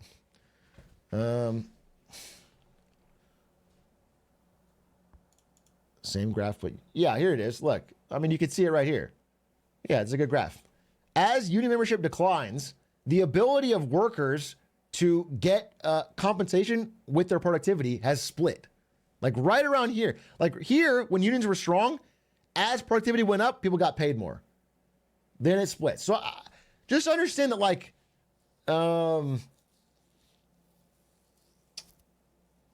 it's beneficial to you in ways that you don't understand. And like a more automated port will happen. It's going to happen. So you don't need to worry about their bread. You don't need to pocket watch the fucking shipping company. You don't need to worry about Maersk, dude. They make a lot of money. They're going to make plenty of money. It's not, it's funny to cape for them when in general, this is going to be something that benefits you more. This succeeding. And we already have so many rules around who can strike and unions and everything that makes it difficult. Understand that, like, at the end of the day, a union is just a very normal reaction to, like, hey, you're not going to give me, you're not going to make this workplace safe, or you're not going to pay me enough, then I'm going to walk out. If you do that, everyone goes, that's fine. That's great. No problem. But if you say, hey, I'm going to walk out with my friend Jim, who also works with me. Once one other person joins you, it becomes a strike. And there's rules on it, and the government can block you from doing it. And there's, do you understand? Like, it should be allowed. If you just have a group of people that say, hey, we're not going to work unless we get something, it shouldn't be so regulated. It shouldn't be so blocked. It should be your free right to organize with many people as you want and not work until you get what you want. It's just not, it's not crazy. It's just like, it's the only way to counterbalance them constantly squeezing you.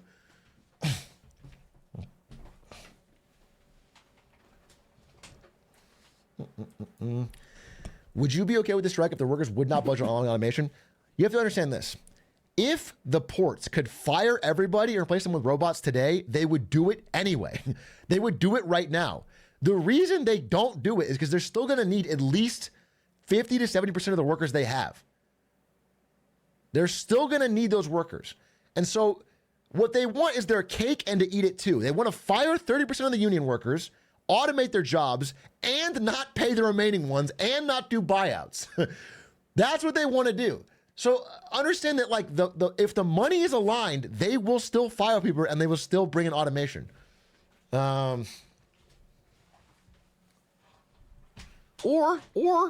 people could set up competing ports with automation. They've done it in other places. So just, you know, I want to give a counter perspective here. In that I'm generally for, I generally believe that whenever any group, no matter how heroized they are, and this includes unions, if there was a world, and there's sort of a world in the late 60s where this happened, where unions get too much power, they also will be a problem. They will also abuse it. Any group of humans that gets too much power abuses it consistently. People have to understand that. They always put some group on a pedestal and like, this one will be fine. This one will save me. I like this one, not this one. And then that group gets powerful and then they abuse it. It happens over and over throughout history. So what you really want is some sort of counterbalancing effort where, like, one group has a check. It kind of ties back to Magic today, where it's like, it's nice that Hasbro had a check on their power to print cards, the rules committee, but now they don't. Anyway, I just think every time you hear about a strike, you're going to get these stories that are like well-meaning, but like clearly trying to undercut the strike, clearly trying to make you think like, wow, these guys are paid a lot. They sure are complaining. Wow, they really don't want me to have a faster port. And it's like, I want to give you an alternate POV because you're going to hear that forever to the end of time. And it's always going to make you think like, oh, you know what? I'm being the smart, rational one.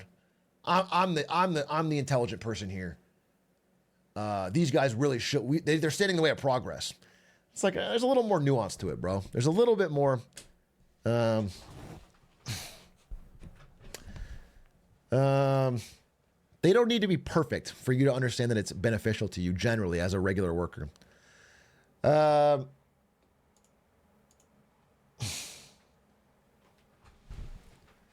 Googled strikes and got Magic the Gathering double strike rules. It all connects.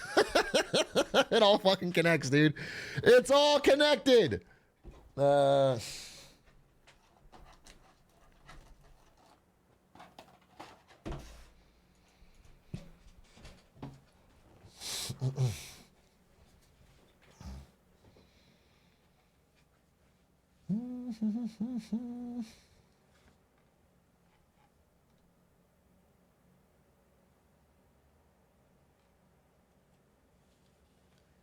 Did you hear about Watsy contracting the Pinkertons? Yeah, I heard about that a while ago. It was a few years back, right? I don't know too much about it, but pretty shocking. The worst is when businesses make a terrible first offer and depict the union workers as greedy for not taking it. Yeah, again, there's like if you really look at labor history, there's just so many examples, like thousands throughout history of them depicting strikers as greedy. The strikers are always greedy. There's always like this one striker they single out. It's like, wow, this guy's got he's got a new car. He's got an iPhone. Or, you know, they always run this playbook. And so it's just crazy that so many Americans now know how much the head of the longshoreman union makes, which is a substantial $700K. They don't know how much the head of fucking Maersk makes. They don't know the CEO of the ports. They don't know, you know what I'm saying? They don't know what those guys are making, and it's more, right? It's just a lot more. So, and they are afraid of losing any slice of that pie.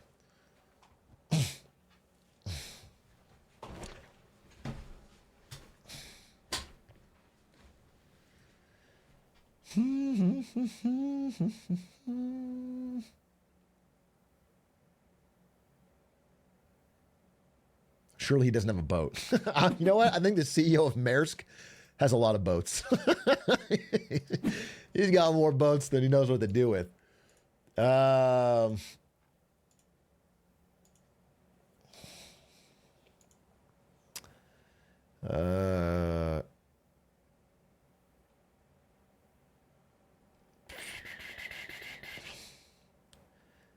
is the union having too much power ever bad? Eventually, it's just again, I'm more about talking about groups of humans. When groups, I mean, there's examples like the police union.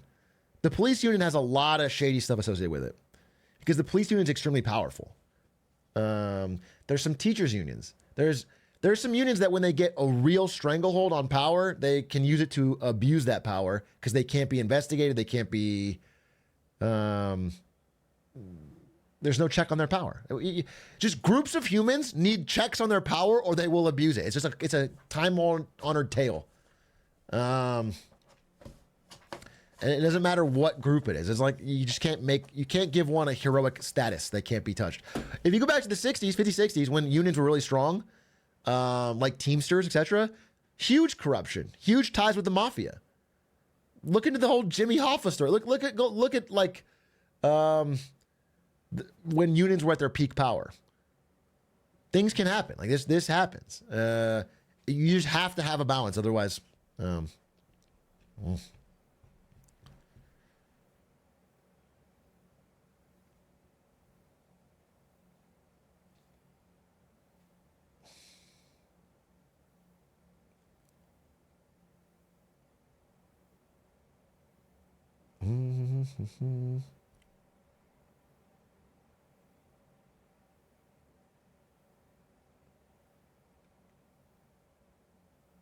Go to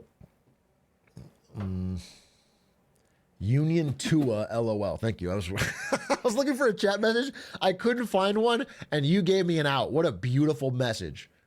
What a beautiful message. I just needed someone to sum it all up, you know? Because I've been talking a lot. It's hard to like put it all into words, and you kind of just succinctly put a bow on it. Poetry, really. It takes a small intellect to say a lot. It takes a genius intellect to say a little, you know, and get it done. So thanks, Bold and Brand.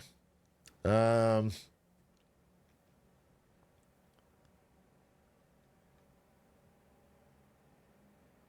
I was thinking of watching some things. doing a little fucking News Games Reacts, dude. News Games Reacts. How about that? I can talk about Tesla too. The only thing about Tesla is that deliveries didn't meet estimates. Car deliveries didn't meet estimates, and their stock dropped a little bit. Again, Tesla's just in a weird spot. Oh, what was extra interesting about it, I was listening to the call, is like sales went up in China for Tesla cars, but fucking crushed in Europe. Tesla's selling really poorly in Europe, but up in China, which was interesting.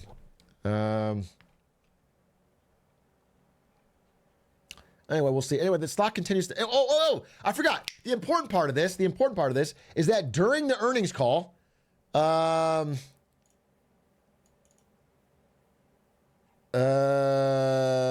they announced, or during the announcement, they announced a Robotaxi event on October 10th.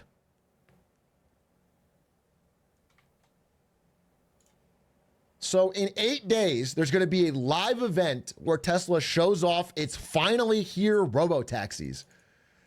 And we're going to watch it live. It's going to be fucking interesting. I wonder if it'll be like the thing where they had the Cybertruck and they broke the glass. I'm sure it'll be polished and staged, but apparently they're supposed to like be close to being here. We'll see. So it's a big watch, because that's essentially what every time people mention the fact that, like, you know, the financials aren't looking so good for Tesla. Elon Musk has brought up the fact that Robotaxi is going to change everything. Like, Robotaxis are the future. They're going to fucking skyrocket Tesla to the moon, invest now. And so he needs it to go well.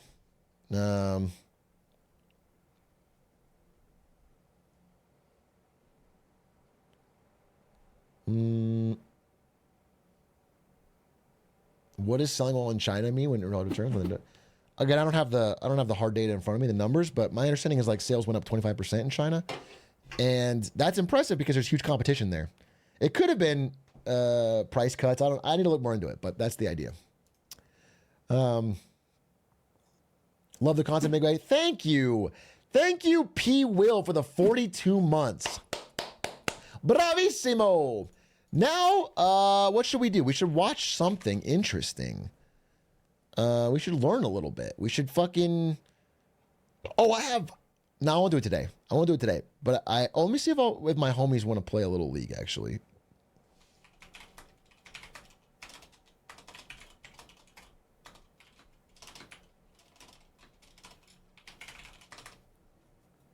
I'm just checking. I'm not gonna do it unless my homies want to do it. But outside of that, I am a little bit addicted because I'm planning a possible Pop-a-thon 2.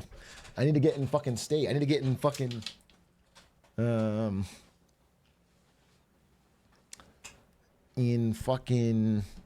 shape.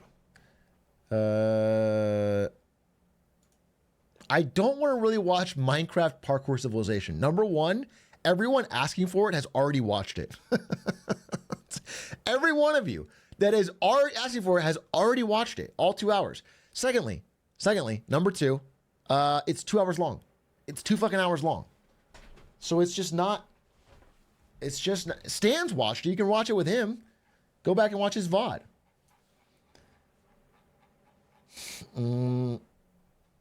I'm gonna see if there's anything fucking interesting or funny that we could learn from. Oh, wait. Bro, Robotaxis right here. We gotta learn more about it. Will Tesla Robotaxis live up to 10 years of development and hype? It's been 10 years since Robotaxis were announced?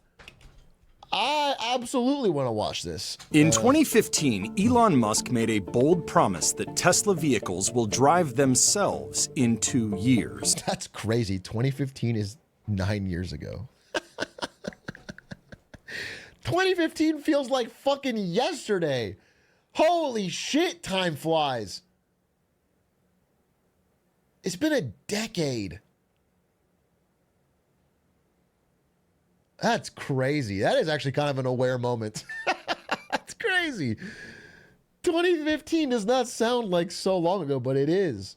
While the concept of self-driving has investors and enthusiasts excited, Musk and Tesla have a history of missed promises. Next year will probably be 90% capable of autopilot. Elon Musk out with a bold promise yesterday. He said there would be 1 million Tesla robotaxis, I should say, on the road next year. I'm very confident about full self-driving functionality being complete by the end of this year because I'm literally driving it. I know I'm the boy who cried FSD, but I think we'll be better than human by the end of this year. Now, Tesla has announced plans. Oh, dude. Bro has been running this gambit for a decade. And you know what's funny? At least until recently. Recently it's had less effects, but if you look back, every time he would do this before, it would spike the stock. Every time. He would say it and the stock would spike. So I don't even blame him. It worked every time. He was printing money by just saying things. It's like, at some point, you got to wake up. To reveal a new vehicle which will operate as a dedicated robotaxi, originally in August, and now in October. You get one chance to make your first impression. They need to make sure they hit it out of the park. As the rescheduled event approaches, there are still many mysteries about Tesla's plan for robotaxis. But during Tesla's 2024 Q2 earnings call, Musk reiterated his confidence in realizing its full self-driving efforts. Based on the current trend, it seems as though we should get miles between interventions to be high enough that it should be far enough in excess of humans that you could do unsupervised possibly by the end of this year. I would be shocked if we cannot do it next year. Consumer. What did you say? That possibly end of this year? Let me see. Based on the current trend, it seems as though we should get miles between interventions to be high enough that it should be far enough in excess of humans that you could do unsupervised possibly by the end of this year. I would be shocked if we cannot do it next year. I wouldn't be shocked if we can't do it next year. So 2026, he's getting less confident. Consumer Reports has said Tesla's full self-driving software, or FSD, represents technical achievements, but it has also been criticized and is still not capable. Oh, he'd be shocked. He'd be shocked if I couldn't do it by the next year. I see what you're saying. Okay. All right. Well, yeah. I mean, okay, cool. I might be shocked then. Of fully autonomous driving. See, I took over because that guy was taking a turn, came too close. With Tesla's EV sales slowing and profit falling, much of the rhetoric from Musk in recent months emphasizes its AI Dude, this was ambitions. so stupid. This was so bad.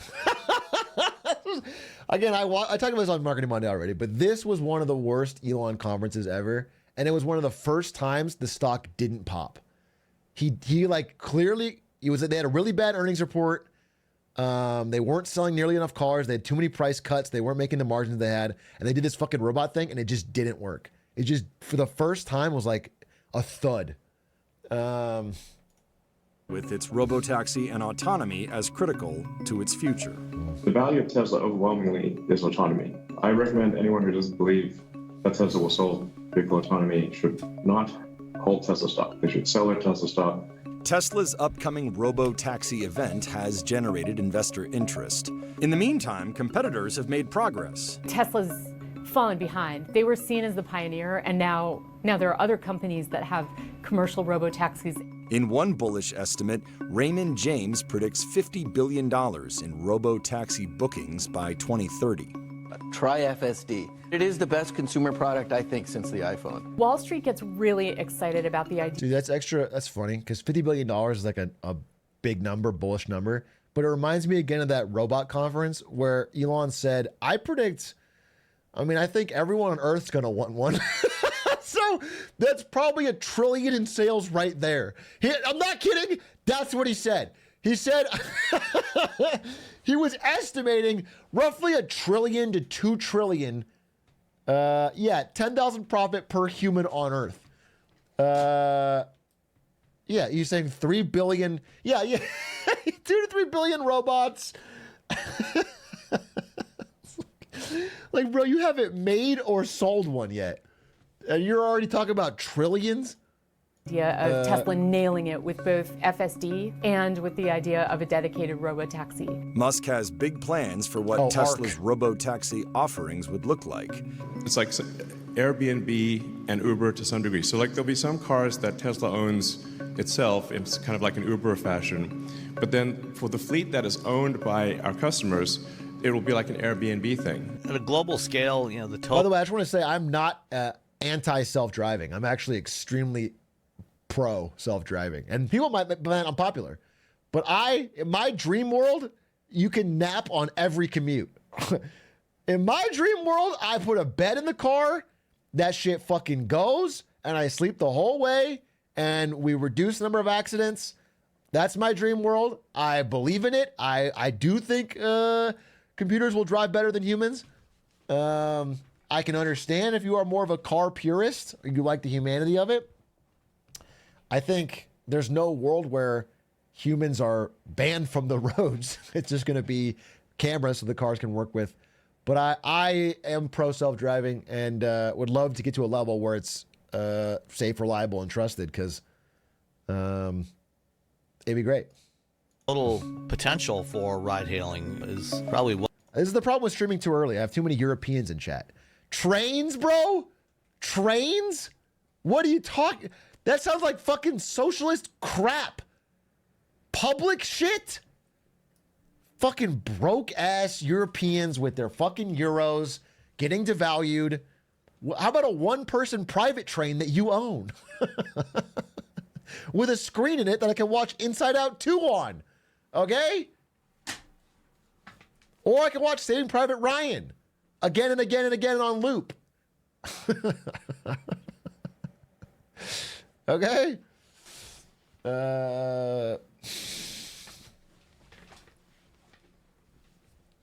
No, obviously you want trains, but trains are proving very difficult. We've built a lot of car-based society here, and it would be nice if people that already have to drive in miserable commutes could just take a nap.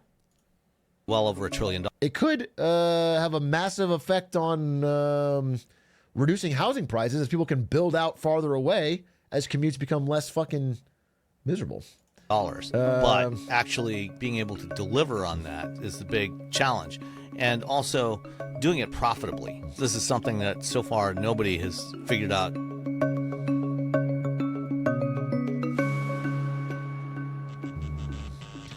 You can nap mid-drive already. What are the chances you crash in the 5 seconds you close your eyes? I never thought about it like that. What are the chances, bro? You can squeeze in a quick power nap, just like boom, boom, boom. That's actually really smart. Just a quick nap, a quick text. Check the road real quick to make sure you're okay. Back to napping, back to...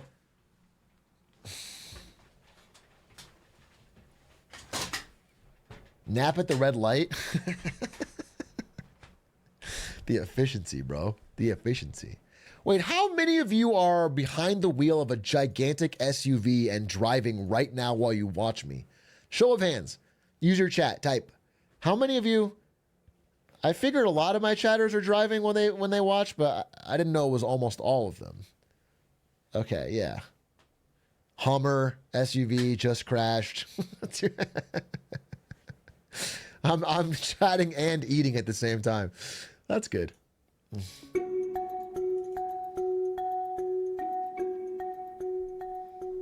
Bus driver. Tesla's ambitions to create autonomous vehicles. Imagine you get onto the bus and the bus driver's got one hand up watching an Atrioc stream. Enron hat pulled low, dude. You gotta tip your bus drivers, bro. Started with advanced driver assistance features it began introducing in its vehicles in 2015. The first iteration, Autopilot, which was sold as an add-on and comes standard today, combined adaptive cruise control and auto steer, a lane centering function. Enhanced Autopilot became a paid upgrade to regular Autopilot, adding Navigate on Autopilot, auto lane change, and a slate of other features such as Smart Summon.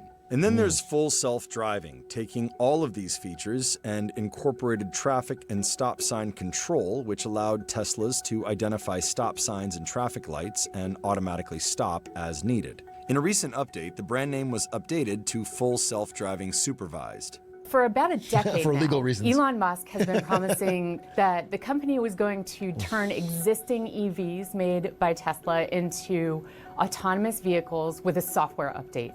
Instead, they're vehicles with advanced driver assistance systems.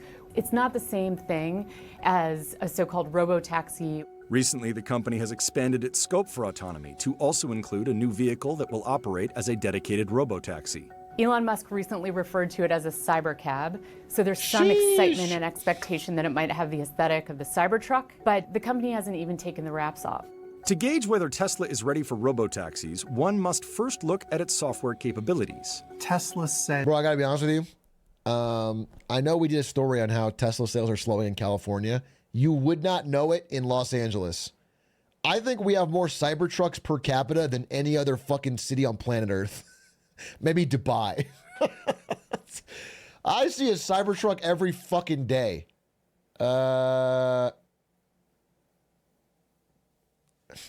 Is this dude have a poster of a bookshelf? Is this like a printed, hung up bookshelf?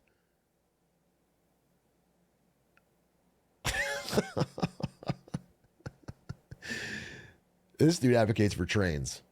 This guy's in chat spamming trains. I'll just say, I don't shame. This guy wants trains. Is that they're what's known as a level 2 vehicle. And that's a technical term that's used in regulation and legislation. Level 2 vehicle means that the driver is there to supervise what's going on with the self-driving features. Yeah. A level 2 vehicle is never ever supposed to be a robotaxi. Most companies that have developed autonomous vehicles, meaning level 3 plus hands-free systems, use a wider array of sensors in their vehicles. Unlike competitors, Elon Musk has been adamant about using a vision-based approach to self-driving that relies mostly on cameras. When they started, they had 8 cameras plus radar and ultrasonic sensors. And they've gradually eliminated the radar and the ultrasonic sensors, and now they just have the cameras. It's never going to be a sufficiently reliable solution, especially with the relatively low-resolution cameras that they use, which makes it even worse. I think the vision-based approach to autonomy over the long haul has enormous potential. At the current time, however, though, it's pretty clear that highly automated vehicle technologies are going to need more than vision-based sensing alone. While the company has managed to deploy functioning driver assist features this way, it has shortcomings. Cameras are really good for doing object classification, but because you don't know where the light source is, if it sees a billboard on the side of a bus with a picture of a person, it'll often identify that as a pedestrian because it doesn't have that depth perception. Whereas if you had a LiDAR... Driving around with my car wrapped in a stop sign image and every fucking car smashing into each other around me.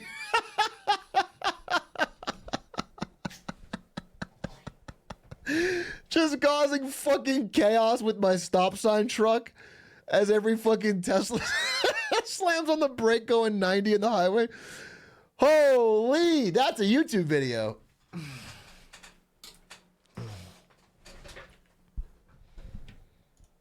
Are on there. The LiDAR would show that is actually a flat surface, so there's not actually a human being. So that's where having the combination of sensors is very valuable. In 2020, Tesla released a beta version of full self-driving, allowing customers who purchased the add-on to test the feature through its development. FSD is supposed to be basically a robotaxi, except that the person behind the steering wheel is expected to act as a safety driver because it's a robotaxi in training. It's immature technology. CNBC recently took a ride with a... This is not now. This is going to happen in 20 years, 15, 20 years. But I'm just calling it now. You all remember I said this. In the same way that phones and the Minecraft fucking YouTube movie and all of that are reducing people's ability to read. They just don't think it's worth it anymore.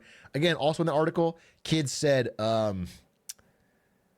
they think of reading the way people used to think of vinyl records, where it's like, there's some super fans that like it, but it's kind of an old, outdated thing. People are not going to do it anymore.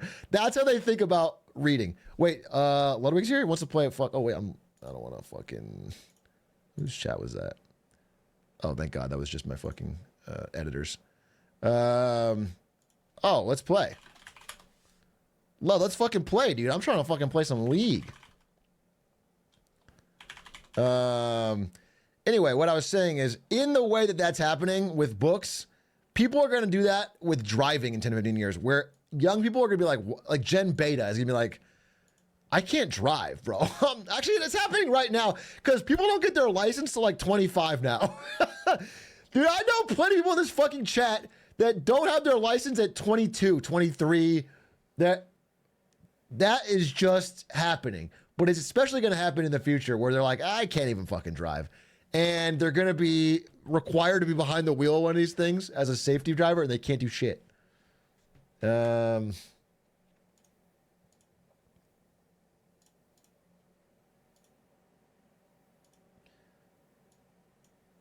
Ba-da-da-da-da. Bro, don't say let's fuck. Baby, let's fuck. Let's not fuck. Let's play League of Legends. Fuck. No, That's what I mean, though. That's what I mean in a way. I know, but let's use our words. Let's use our big boy words, and let's just say let's play League as friends. Let's say let's fuck, because it's a little crass, right? When Jen Charlie comes around, we're not even going to say let's do this. We're just going to say let's fuck for everything. Yeah, dude. As opposed to you, who's going to be like 55 years old and being like using Jen Charlie slang. Hey guys, I'm with you. I'm going to be Zippity 55 zoo. like, Zippity zoo. Like, yeah. You know, and you're trying to driving's collab. always been weird. I've always hated driving, guys. I hate Gen Alpha. They're so old, huh? Right? All right, fellow Charlies? That's what you're going to fucking do, bro. Civilization, So... more like put a fucking bullet in my mouth. Have you watched it yet? No, I'm going to watch it tomorrow, I think. You're so cringe. You're a fucking sellout. What? You watch MASH every night? Maybe. We're doing MASH nights, boys. We're doing MASH nights. We're doing I Dream of Genie. I'm honest. Mm-hmm. I'm watching Survivor tonight, Parkour Civilization tomorrow. That's a well-rounded. That's a good media diet. You are getting the boomer and the zoomer. Yeah, I get the whole range. And the anime I watch, that shit's OG. Sure. I don't know enough about anime I can't even make fun of you because I don't know enough to know if you're saying something cool or not cool or. I'm watching Ghost in the Shell only. Damn, bro.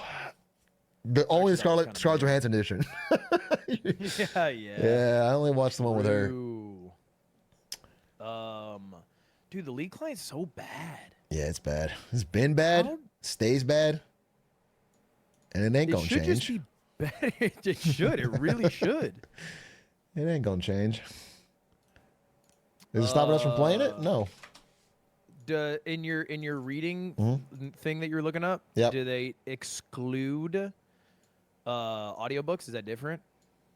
I don't think they mention it, but my understanding is that the only problem with an audiobook is if you're trying to have your cake and eat it too, where you have audiobook going while you watch TV or do other shit. Because then you're not actually focused. But if you're sitting in bed or you're like on it, I don't think there's any difference. I think audiobook is the same as reading. I'm the commute book guy. Yeah, it's probably. Yeah, it's probably fine. I mean, you get in a lot of accidents, so like you're not paying attention either way. True. You know, actually, during my accident, I was listening to nothing. And now when I listen to nothing, I get psyched out. I'm like, I gotta listen to something. Oh yeah, yeah. You feel like you need. Yeah, I need to be a little distracted. I need to be in flow state. That's crazy. It doesn't make any sense. No, you kind of go in flow state when you ride. That doesn't make any sense, bro. Because the thing is, if you're not listening to anything, you're thinking, but you shouldn't think about driving. You should just react. You should just be in the moment. I see. Yeah. I see. Yeah, everyone in chat thinks you're right. They all think you're based and you're cooking and you're right. So I think we have a lot of bad drivers out there who are fucking. Let's do it. They got one text open. Although I can't talk. I also can't talk. I am not a good driver, and I won't ever claim to be. So. If Atrioc hears any conversation at all, he will just drive straight and start driving faster while he talks. I don't like distractions. I don't like distractions when I'm driving, and I do use the brake. Religiously. Religiously. I get it out there. Hey, check my last game. We're trying to go to Genesis from his old pad. Oh, yeah. And if you make a wrong turn, you just go across the bay. You have to cross a bridge. It's about like a 40-minute detour. It's bad. And just in conversation, we're driving. He just fucks it, and it's not like a close fuck it. He's just like, oh, After the GPS is like rerouting. And we're like in the tunnel. We're in the tunnel. We have 40 minutes ahead of us to go wrong I think way. we just went home, didn't we? No, we did that wrong turn twice. Oh my god. We crossed the tunnel twice. This fizz is a bit revolutionary. You checked that last game? Yeah, that last game's electric. I'm electric, bro. I was putting the team on the back. I was Kind of put the team on the back. I mean, look, my last game hurt me. Yesterday I D-ranked sheesh. from Iron 1 I to saw you Iron and Cutie were queuing a bunch. Did you get any wins? How did that go? No. We queued 1 and she said, I'm going to solo queue. So. That reminds me. When I was working at Twitch, we had like an office-wide bet to try and get Diamond. And by the end of the season, we were like playing at the office, just ignoring our work, going crazy. And me and this guy, Ernie, who's like kind of a big shot. He was higher ranked than me at Twitch. We were both 2-2 in our placements. Last game, game 5, we had been duo queuing. We're going to go. But he had been playing so bad in all 4 games. And so I was like, bro, sorry, I got a meeting. Good luck. And I went to a fake meeting. I left and I went to a fake meeting so he would play the 5th game on his own. He lost it. I played a solo queue game. I won it. He didn't make it to Diamond. And I did. And it haunted me, but I couldn't have that anchor, dude. He was dragging me down. It was, you can't swim with someone grabbing your legs. You just can't do it. That, you know what? And I've never, it's like that might be like an ancient Chinese proverb. Yeah, I think it is. Gotta write that one. You can't swim if someone's grabbing the legs. Dude, I mean, that's just how it is. Like, I'm not mad when Cutie leaves. Yeah. It's not my fault, just to clarify. Well, it probably is a little bit your fault. You have a bad attitude towards League. You have a bad attitude. No. You're not treating it like you treat Melee. You're not giving it the respect of like, hey, I need to get better. You're not doing that. You're arrogant. You're cocky. Look, sometimes I get a bit mad if all 3 lanes are losing. And what I've realized is that I need to just play with someone. Did you watch the video I linked you yet? Yeah. Not only did I watch it, like, because the video is weird. Okay. You sent me like a video of the best Jarvan, the best J4, the best jungler in EU. Yeah. A Gurin. Yep. And the video talked about him like some mystic creature of the past. He just streams. He's just a massive. He gets like 5,000 views. Just a massive streamer. They talked about him like his games have to be looked up through old archives. That's how I like to experience League. I don't like that people are you got too much access nowadays. Because the video is like just like a few of his games mashed together and like explaining his decision making and what he's doing. And then you watch his games and he's like, fucking mid lane is trolling, fucking idiots. And he's just like, bro. Yeah. Back in the day, I'd have to learn by watching just some fucking replay of a Korean that had no commentary, nothing. And you really get it. And if you watch that video and you do that, you're gonna be a GOAT. You're gonna be platinum in no time. I'll keep up. Well, that's what I want to do, but I'm trying to decide if I go jungle or brain dead top, and I mean like tanky top. I can go fucking 2 and 7. It doesn't matter because I get turrets and I get farm. Yeah. Not like Scion, but like Dr. Mundo. Yeah. Ornn. Ornn could probably do it, or Ornn. I mean, what's his fuck? Ornn could be good because you could have like a catchphrase. You could be like, "I'm Orny." Every game, you could open with that, and then I'll let that one sit in the air for a bit. I'll let that one just sit there, and let's just see how we feel. Let's revisit. We're getting a lot of +2s on my side. All right, it's rolling in. All right, everyone. You're getting a lot of +2s. Yeah, we're getting a lot. Really? Let's not count them all up, but there's a lot. There's there's overwhelming amount of +2s. Nah, I can. Yeah. Nah, I can't. So I feel like you're not. Oh man, I played with a Jin yesterday who almost made me eat fucking bullets. Okay. Straight up. That's a way to phrase it. He died 3 times in the first, like before I finished my first clear. which I didn't think was possible. But he wasn't like being a dick about it. He was like, guys, I'm sorry. I'm just bad. Oh, you're mad at him still? I think if they're not toxic, No, it's like... I got way less mad, but it was like our support was this like probably the greatest Iron support to ever do it. They're like, I'm gonna roam, and they were like giving advice in chat. And at the end, after we lost, this team goes 1 in 15 maybe. They just type and they go, "It's all right, man. This is how you learn." And I was like, "That's crazy." Holy shit! That's Holy crazy. Sun Tzu of Iron League. I cannot know. imagine having that wisdom. Because what I thought was way more vile. Yeah, like, of course. I thought meaner shit about chatters who like me and subscribe to me. Like, this guy. You've said meaner shit. Anytime, you guys know this, anytime a chatter that pisses off Ludwig by just saying like, hey, you're not playing this game very well, he goes, history will forget you. I'll never think about you for as long as I live in history. I did used to say that a lot. It's like, Nah, dude, that shit was relax, maybe wrong. bro. I was maybe wrong for that one. Relax. I did used to fucking rip that shit. Let me switch up the runes. Switch them up. What are you playing? You're going playing Aftershock. Mumu. I like your Mumu. I like your Mumu, jungle, and Fid support. I think That's my your two. Fid jungle might be better. I just think Fid ult is better. Yeah. Well, I mean, your ults are better than the rest of your gameplay. You are good on ults because you think about it, but you just do. You just wander a lot. You roam a lot, more than you. Thank you for saying that, by the way. It's not really a compliment. So you're like, you're like jumping in the middle, and No, you said I my just ults are good. feel Thank like your ults are good. I think it's because you're locked cam and you don't look at mini maps. So it's like I you're. already said thank you. So you can end it. All right, take it how you will. Take it how you will. You just keep I'm talking. not trying to be. You keep talking. Um, Oh my lord. Okay, is Disguised Toast just fucking lying through his teeth? Does anyone in chat know? About what? He has the title, like, not ending until we beat Pico Park 2, but ends constantly. Like, has ended 7 or 8 different times. And I'm starting to get That's the fire. feeling that that's not fire. the actual content. It's just a better title. People just fuck with it more. Clickbait? That makes sense. I mean, you did Gamers versus the Never World. done that. We win today. We win today for sure. And no. Yeah. And guess what happened when I did that? What happened?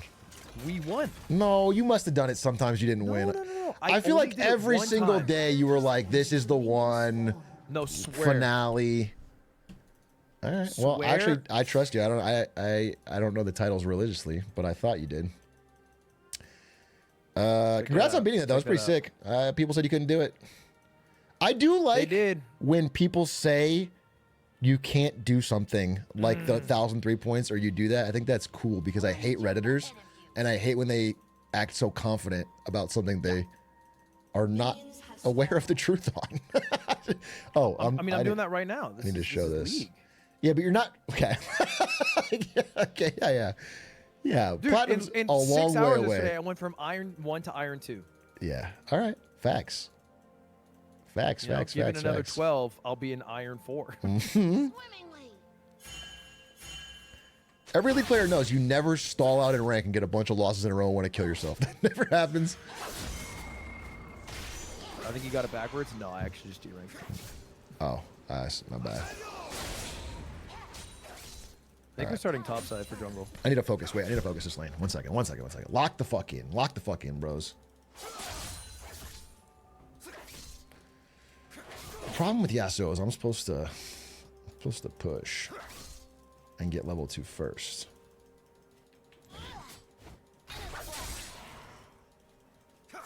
And I didn't do it.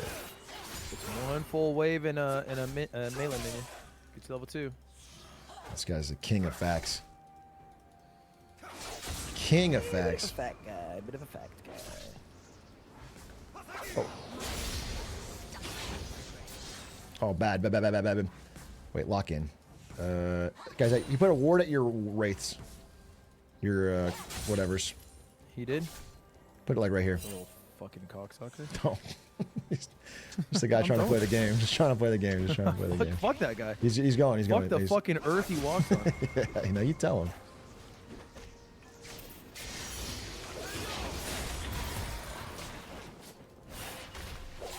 Fuck this guy. He dodged it. I'm saying. That's what I was saying. He dodged it, but he's also. Oh, he fucking tricked me. Damn it! I could have won the lane if I didn't. Shit.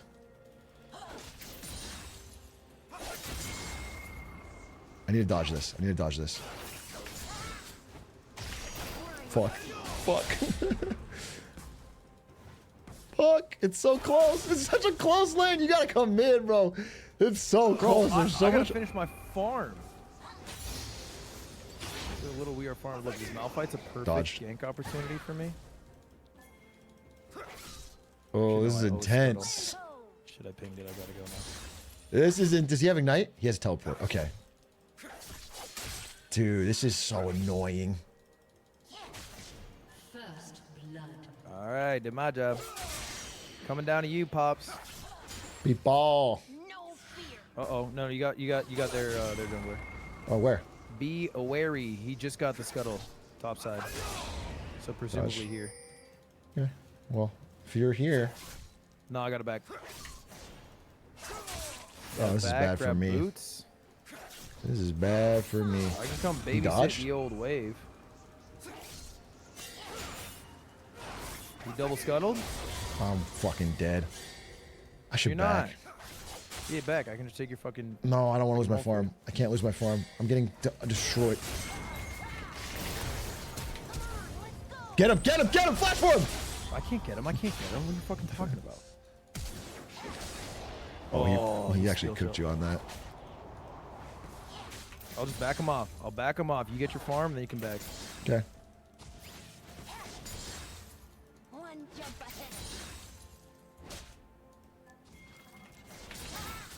That was a thrill ride, folks.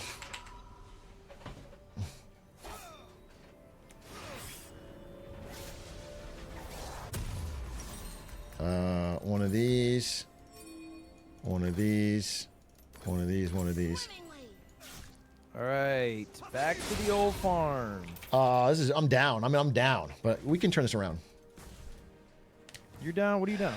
I'm down on farm, and he pushed away from my tower. He's gonna hit 6 first. It's gonna be a problem. I could have won this lane had I played it a little better, but I didn't die.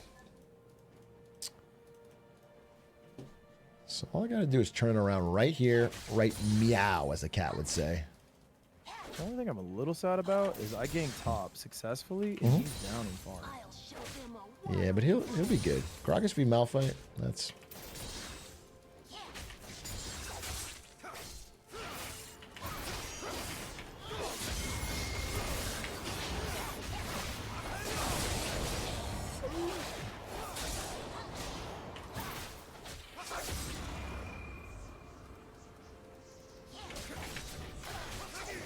Fuck me.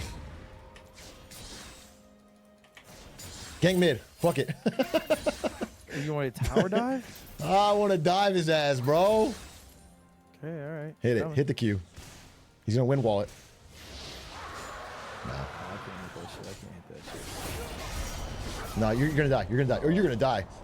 You're gonna die. I think This is a bad. Oh, this is bad. Now I'm dead. Now it's bad. Now it's bad. All right, you know what? Worthwhile. If you I do it. live. I live. No. All right. Okay.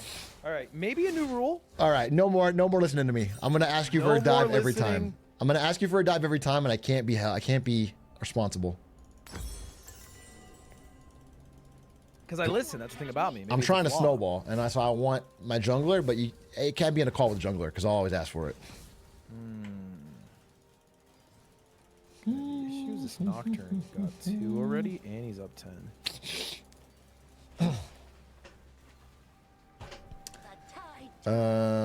Yeah, just farm it up, big dog.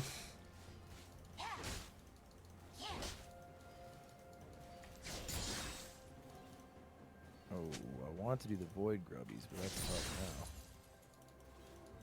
now. Bit risky. Dorsey, Jack Dorsey? You're a 4C Jack Dorsey. It's a bit risky. the top probably won't come. He's got a huge wave. Actually, two. Uh-oh. Am I fucking dead? He's on your ass. Yep, he is. The Malphite ulted on me. That was tough. I got double ulted. This is getting untenable. It was risky. And you know what? The risk did not pay off. No fear.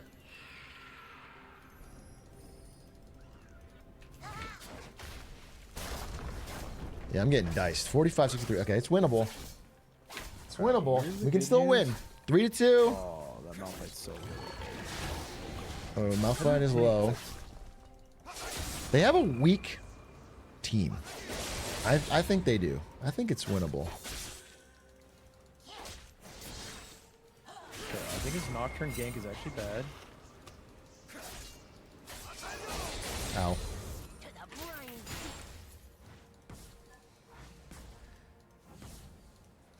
They got drag and fucking gloves? I'm getting cooked. Yeah. But we can turn this around. Yasuo missing?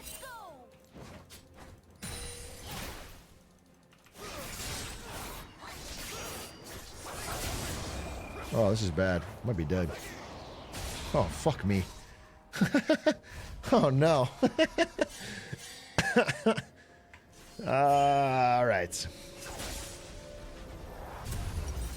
Someone keeps spamming Pat Fusty. Finna make me fat busty. Oh. In my chat. Become the fish, find the flow. Exactly. Gotta find the flow. Gotta find the That's flow. fucking wise. That is wise as shit. Become the fish, find the flow. Oh, you got this guy? Just scaring him off. Ooh, nice win. Oh, back it up, back it up, back it up, back it up. Maybe a little premature, but I got scared. Oh. Okay. Kind of hit my ass. I'm out. He's gonna come up to you. He's gonna come up to you. I got ult. He's back up, back up, back up. Get the fuck up. He's on my red now. That sucks.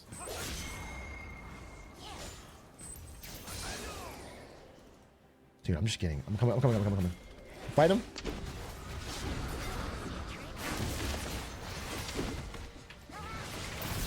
Nice, dude. Nice. Nice, dude. He's coming up. It's too late for him.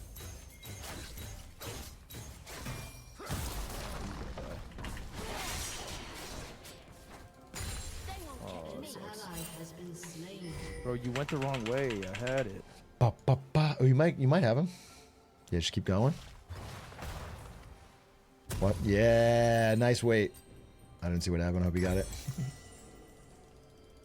He honestly could have lived 1,000%. He fucking choked so hard. It's crazy. I didn't see it, but He could have just ran under tower and I just scared him off. I hope I can make it before I lose my tower. Shout out plates. No fear. All right, you got a lot of plates. You got a lot of money. You got a lot of farm. It's not looking so great. You know what he don't got though? A lot of heart. That's fucking right. That's right, bitch. What, are you trying to play this game with me? Say what a B word. He's just playing the game.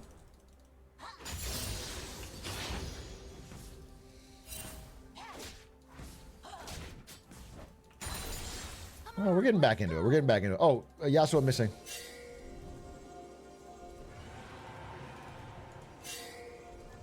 You got dragon. Alright. Fuck me, dude. I gotta dodge I that. got this. It's 4 grubbies. Just stay strong in your lane so I can get these grubbies. Uh-oh. Woo! Scary!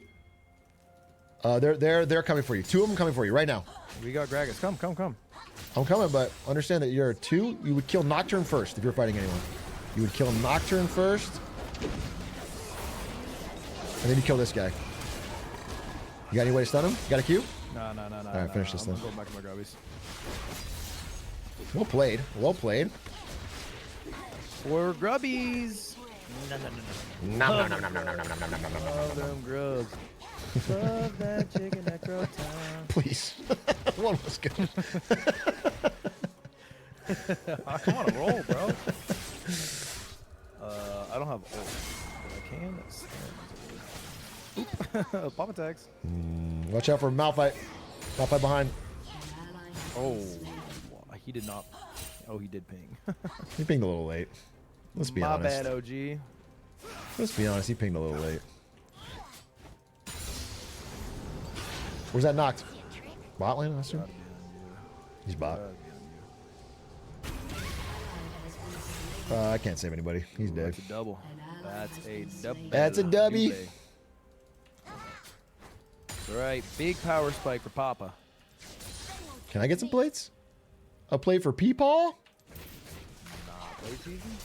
One plate for Daddy? I think I keep Make it playing two. around Make it two top plates for me. Griffin. Yes. What'd you think about that VP debate? Pretty even. I'll be honest with you. If I'm not joking.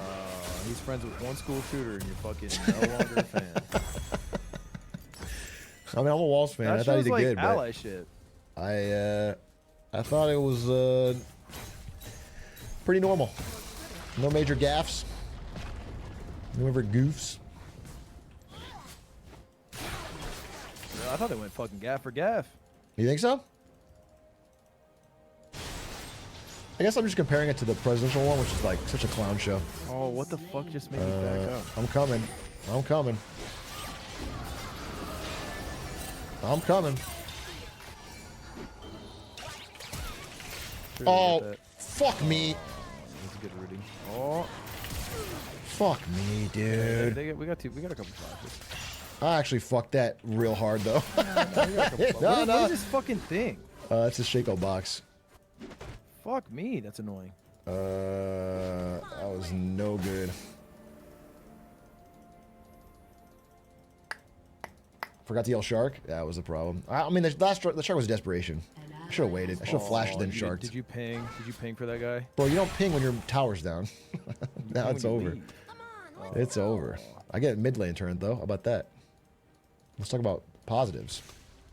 It's a Sunfire Aegis game, no chat? I think I fucking do that for sure. Ooh, they're going fucking to tower. All right, I'm gonna try and gank bot again, because they are in trouble, and they need a hero. A hero with They do, wisdom. and it won't be me. Going for Jinx. Going for Jinx. Going for Jinx.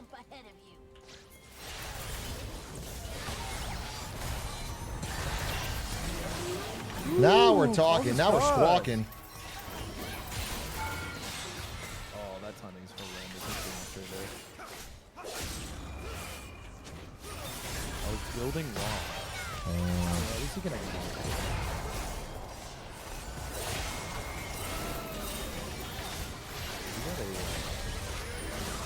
Fuck B. That Yasuo's a tough cookie. I say that with pride.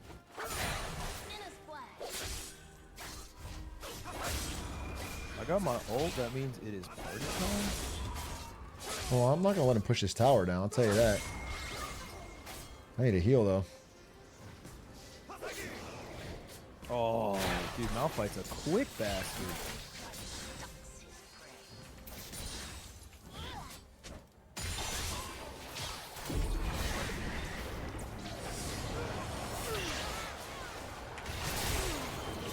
Whoa! Oh. Fucking Shaco is there, dude. I played that good. Oh, bummer. Love a little shot. What I got this? I'm gonna get second item this.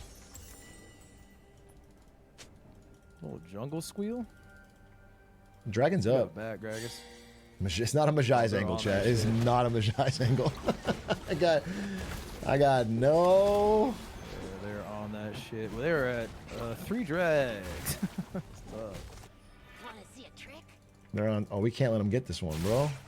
Or the next one, I guess. Wait, just gotta do it.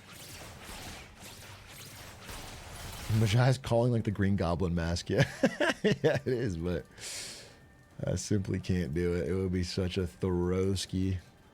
They won't catch me. Damn, I missed that cannon. That sucks, but. Who that? That's pretty good. You wanna fight this Yasuo? Yeah, I have no ulta.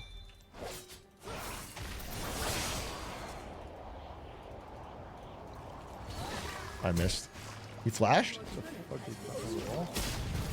Oh, fucking beast!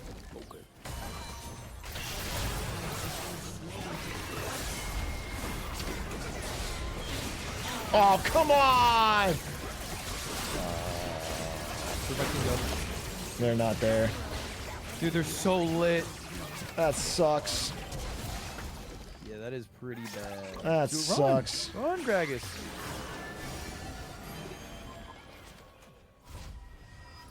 Okay, I'm actually kind of big though. That's good. That's good. I love to see that. My farm is up, and I've stolen his farm a good chunk at a time. Although they're definitely taking. I'll go bot now. Bot can switch to mid. So, is there a spoken pack when you do that, or do they just do it? It's just normal after like the mid game. Isn't it kind of fucking alpha?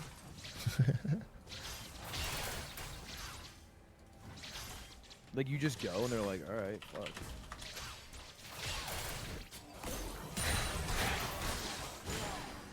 I get good hold off that. All right, we can turn this around. This is actually such a winnable game. Oh, where's this? Watcher's always fucking ulting.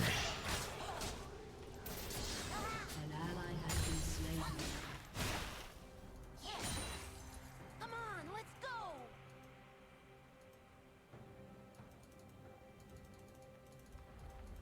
I think they're gonna come gank me. No. Nocturne's fucking in my jungle top. He's top. Although, what's it? Yeah, he's top. No, they're here, bro. Oh, shit, Nocturne. You coming to me? I can come. Coming to me? Coming.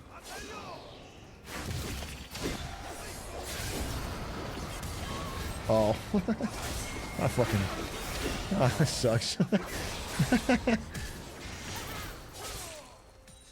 You got a stun? Nice. All right, we out. We out. We out this bitch. Get ready to stun him. Stun him. Stun him. Fucking nice. Nice, dude. Well played. Dream team. Fucking chump change. Let's go. I'm gonna get this fucking tower too while we're at it. While we're fucking at it. We need money for the team. That's how we turn it around. A little money in our pockets. Rewarding because this next dragon fight is fucking literally make or break. Uh oh, is that you? It should be, but he's not. For some reason, it wasn't me.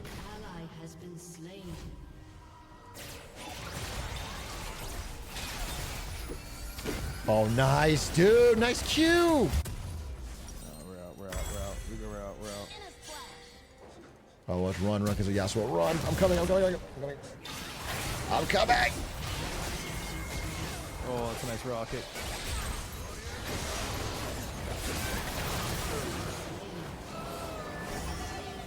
Okay, that's not bad. I'm still out though. I'm out. You're by yourself. Lone Ranger. Cleanup crew though. Cleanup crew. Wanna see a trick? There he is. There he is. I get him. I can't get there, right? He's over there. He's in that bush.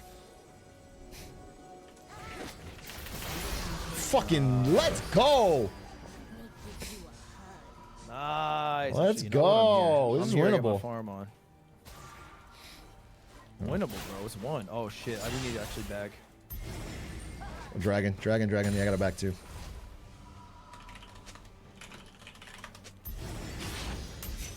I'm buying ward. Ooh, this would be a Majai's angle for a real fan, but Cornmeal's fucking rip, right, chat? I'm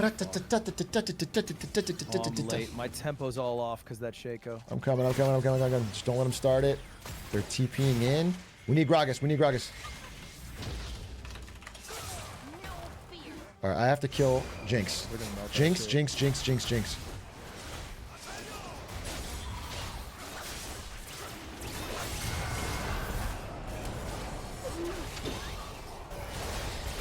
Where's Jinx?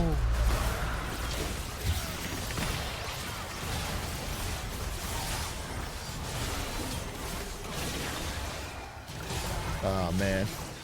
Oh, jeez. I feel like that was horrible. Yeah. No, Gragas didn't come. That's bro, he better get an inhib. Fuck me, dude. I'm like, dude, Gragas didn't. Yeah, Gragas wasn't there.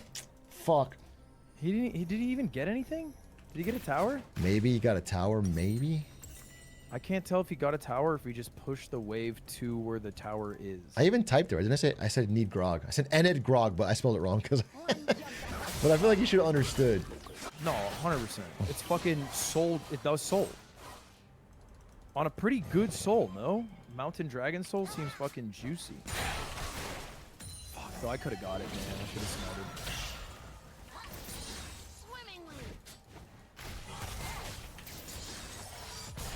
Is that kind of stunned? Is this AP Shaco? Why is he fucking... What does he have? He is. Oh my god, it's AP Shaco. So annoying. What a fucking... What a cringer. We are in trouble here. And by we, I mean me. Oh my god, I fucked up. They're gonna get Baron off this. Uh-oh. No, I fucked up. Uh-oh. For sure. They get Baron off that. Imagine this steal, though. You get to steal the Sench, I'd love that, but I do think No, I can't steal it, but imagine, like, Gragas does with his ult. Gragas can't do shit. He's getting fucked on. Alright, watch. This is here we go. It's about to get real. I would love to see it. I would love to see it. Fuck me, dude. How are they getting Baron and effectively kiting all of us off? I don't know. I really don't know. They're getting so fucked. Oh boy. That's tough. Oh jeez. How they're so fucking.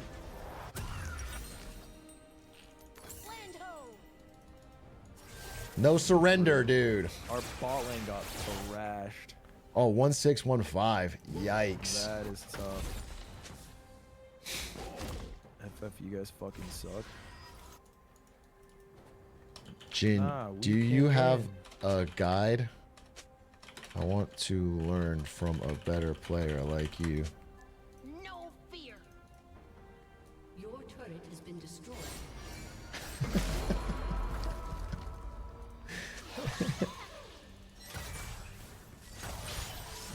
It's called a skill pushing team. Okay, awesome. Thanks, man.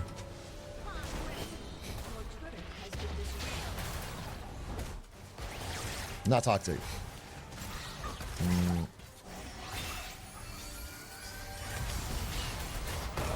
Alright, watch this. Boom.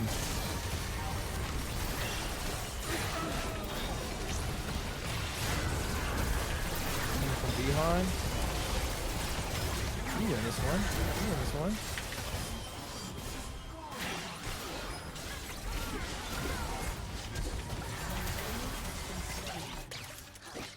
Nice fucking Q. Nice try. Nice try, bro. Nice Q, my goat.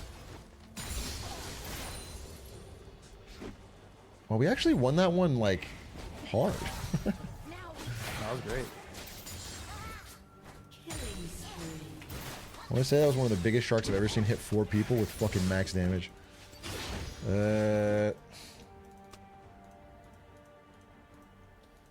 I mean, I'm still big. Like, I can win a team fight around Elder, which we're gonna have to do. Uh-oh. Uh-oh. A little Elder flip for the fucking fellas? Don't mind if I do. Is it Elder for everyone? Yeah. Oh, Malphite? Dude, really? Wait a minute! No, dude, I could have dodged it. I could have fucking dodged it. Oh, sad, tragic, dude. It would have been. Oh, and he hit you with the open your fucking eyes. Another tip for you. That's tough. Oh no! Thank God we have this Jin to help keep us on track, dude. All right, they don't have an inhib, which is nice. I'm up in 18, which is just in time. On fucking farm. Wait, you gotta go here. You gotta go here. You gotta go here or kill the Yasuo. Kill that Yas. Imagine he's dead. I can't see anything, but I imagine he's dead. An ally has been slain.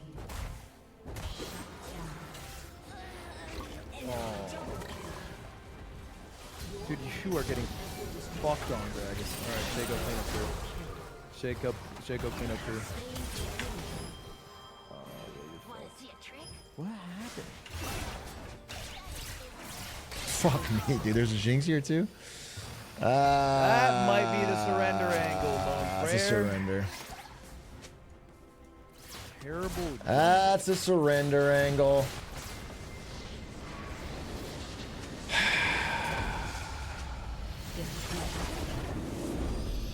Well, I'm gonna honor the Jin for being a good player and a good sport. Give him some honor. Say what you will. Say what See, you he will. kept But I this hope cool. He keeps playing the game. He kept this cool. Yeah. And history will remember him is also one thing I want to say. History. And I would love to say otherwise, but Yeah, unfortunately, I just don't get that opportunity.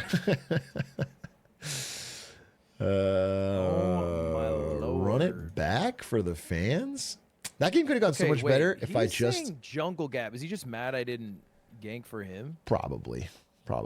Also just that their jungler did well with objectives, but you played great. Yeah. No, the loss jungler of the game was did bot fucking lane. crush He can't us. blame himself, and that's what was really the problem. We had a shitty bot lane. They did fucking crush dragons, but our bot lane was just crushed. It's so hard to get it on that side of the map. But we could have carried. I just I lost my lane, really. I mean, I did all fine. I didn't feed, but I should have out traded. Played a little bad. I was a top damage giver, but the only person whose opinion I care about is op.gg. Mm-hmm. Alright, it's probably my allergy. Yeah, me too. I gotta end it too. My mom's here. My mommy's here. What? Okay. Sorry, what? Is there a problem? You said mommy. Weird. Sorry that I love my mom. It's alright. It just threw me off. I didn't expect you to say mommy like that. She's in town. What do you call your mom? Cheryl? You use your fucking name or something? You don't even. For years, I called her Pilo because it was Paloma. Like, it sounds like Pilo. White way to say it. Do you play other champs or is it Fizz or nothing? I play Fizz or AP Varus. Okay. I was ranked. Here's another thing you gotta stop doing is caring about your rank after every win or loss. It's not. It's gonna. High praise. Wait, that's all that matters. Oh, you mean OPGG? I'm sorry. Yeah. Yeah. I'm not talking about my LP. Or Oh yeah, they made your LP. Let's see. I'm What? talking about op.gg. You did second on the team, 6th place total.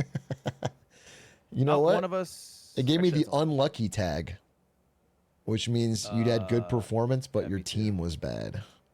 So we'll write that off. We were. I don't understand what the chart is. Do you know what that chart is? The chart is your OP score by time. It's Ban out a of 10? champion. Yeah, out of 10. That's kind of low, to be honest. Who do I ban? Master. Who do you hate? Who do you hate? I hate Warwick because he counter jungles. They're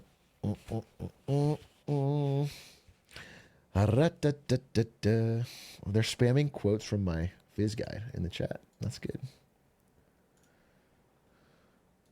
Hey guys, really glad you seem to like the guide. It holds a special place in my heart. It took a ton of time to make, and I had to teach myself the CSS HTML video editing from scratch. And I played Fizz at Diamond 1 nonstop for a month to make sure I There's was no need to make fun of this. This is like a really earnest and heartfelt thing to write.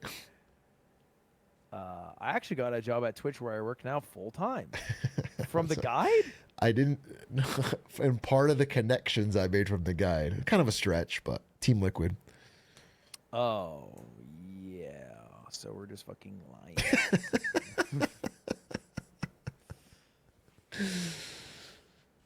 I hope that's the same Jin. I fucking hope that's the same Jin. Dude, so me fucking too. I hope it's the same Jin.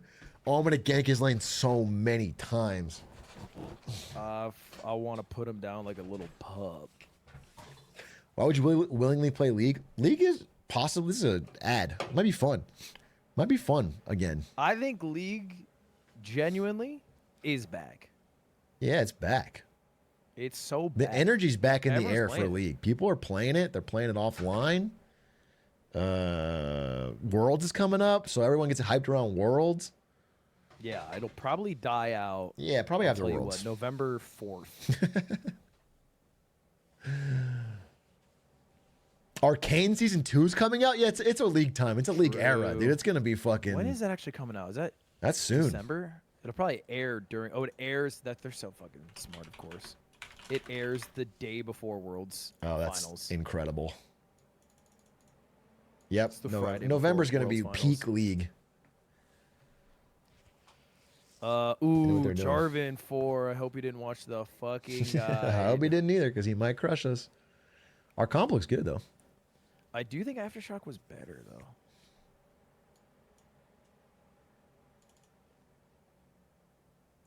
Is League worth getting into, or will I end it all? I think it depends on where you're at in life, and also how much Chat. of your ego is going to get wrapped up in losing. 'Cause Chat, Overgrowth or Unflinching? Yeah, no, I agree. I think it's a bad idea. it's probably, if you're like a depressed college student, it's going to ruin your life, as it did for me. But if you're in a good spot, it's pretty fun. You're playing with friends, it's fun. No worse feeling than when you ask a question on a time crunch and two chatters say different things. Yeah. There's probably a worse feeling, like the Holocaust or No. something, but Okay. I'm just Just if a we're crazy if thing we're to jump if we're to, level right? setting Obviously, on it's a crazy feelings, thing to jump obviously to. the worst feeling in the world is probably not you That's being not even able that's to. just a time of like life. All right, then being in it, okay, that would be bad. You know what? That's worse. You're fucking right. You're fucking Thanks, right. You're so fucking All right, smart. thanks. No, I agree. I'm glad somebody fucking says it. Get me out there. Get me out there. Get me out there. Get me out there. Get me out there. Get me out there. Dude, he's chomping at the bit. He's chomping at the bit. Let's get that camera going. Ludwig's rants on League Chat are on par with Anne Frank's diary in terms of capturing loss. Right. I'll read that. That's your chat, just to clarify. Yeah. I don't read your chat messages. You don't read mine, bro. Well, let's let them fucking. They can say what they say. I don't care for the Nice look spotlight. skin. Nice dad. Oh, okay. That's fucking crazy. Wait, we have a Lux Lulu bottom lane? What's wrong with that? Well, there's no AD carry on the whole fucking team. I fucked up. I fucked up. I fucked up. What'd you fuck up on? I just. Did you start Q? No. I just invaded. Oh. No, you're fine. You're not going to go to 0 HP. Dude, we got a Lux Lulu bottom lane. They better fucking cry. And I also have to fight a Vex, which is Vex's hardest counter. Lock in. Lock in. Lock in. Lock in. Bro, it's a bronze Vex. I know. You used to be somebody. I know. I need to lock in. You're absolutely right, and I need to lock in. What I noticed, though, is like... bronzes are way better mechanically than they used to be. They're still as dumb, but everybody can do the moves. I think it's the easiest part of the game. Yeah, people used to like.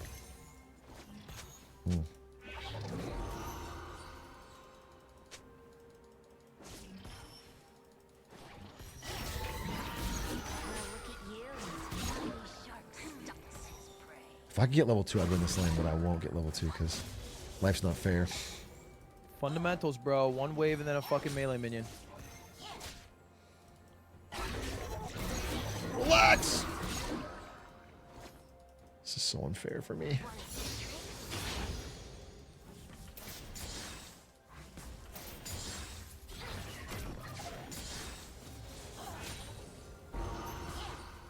Give me level 3, I kill him. Give me level 3! Give me level 3!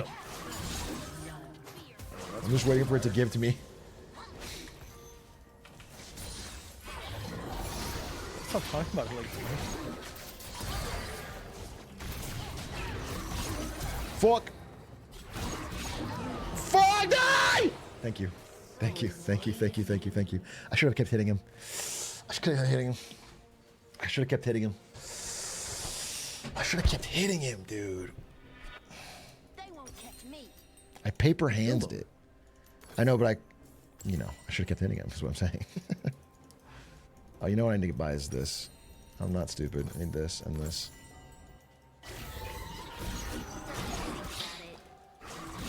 I'm gonna ward for you, my friend.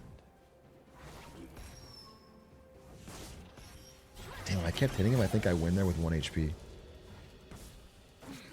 And then I just don't die.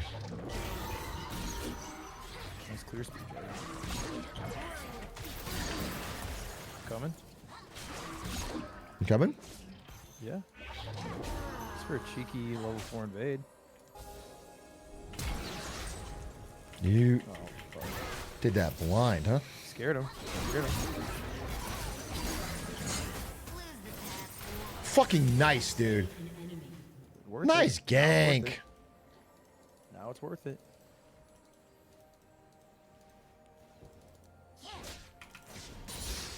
I'm going double scuttle.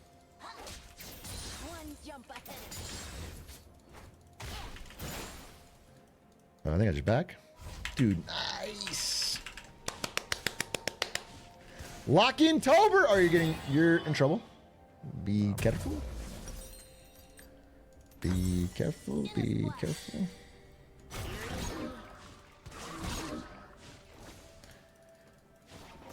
Okay.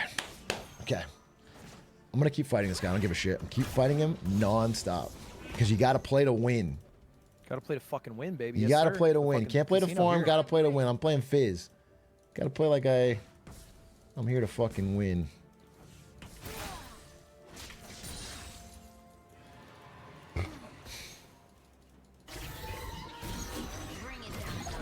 Alright, let me get the fucking faded ashes in my boots.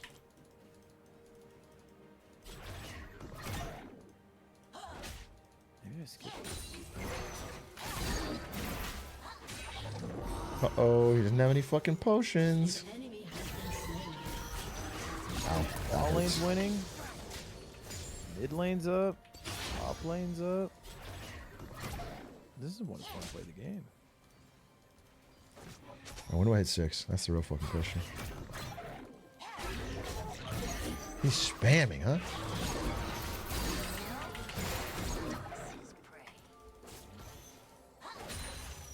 I'm gonna go grubbies. Can you get some progress over there?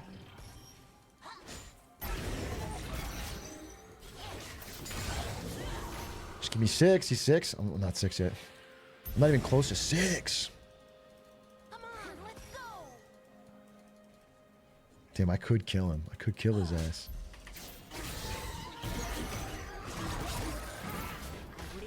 Alright, I got it back. Unfortunate, but it is what it is.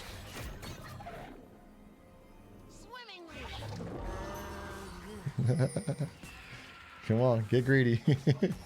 Get greedy, big dog. Oh, if I go, I hit level 5 on a minion. This could be fire. Come here. If I turn 6, I'm gonna just fucking... Crossing.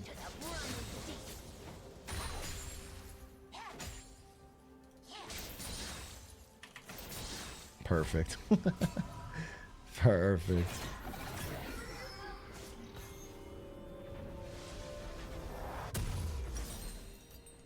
Want to see a trick? Uh-oh. An enemy has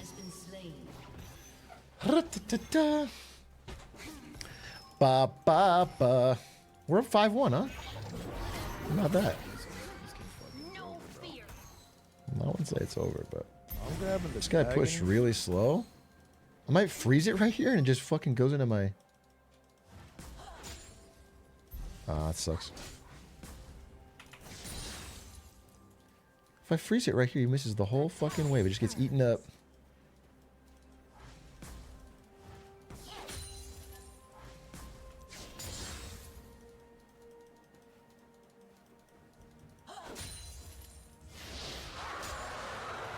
Dude, what is little bro doing?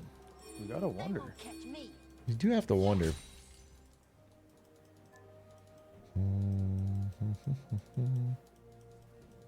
Get a big fat wave, crash it.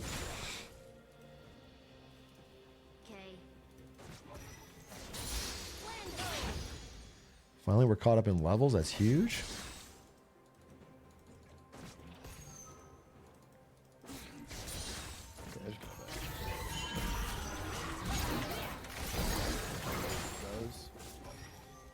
One jump ahead of you.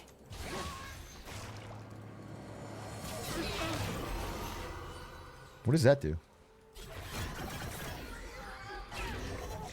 What does that do? Get fucked! Get fucked! I'll show them a watery grave. She can dash to you? Okay.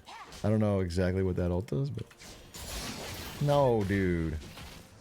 Should have ulted me. Not how our guru would have played it. Not exactly. Amen. Amen, brother. You didn't watch the vid. And it shows.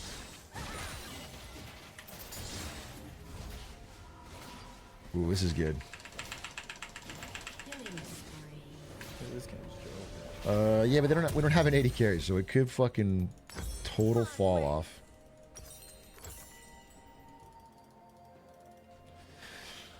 At least in Q, but if you die, she can cast it again. Oh, I see. She's got it. She's like a snowball kind of thing. She's like AP Jinx or something. Now he's just saying shit. She just fucking gets resets or whatever. I don't know why they're. I think the Jarvan's just playing bad. Oh, right here.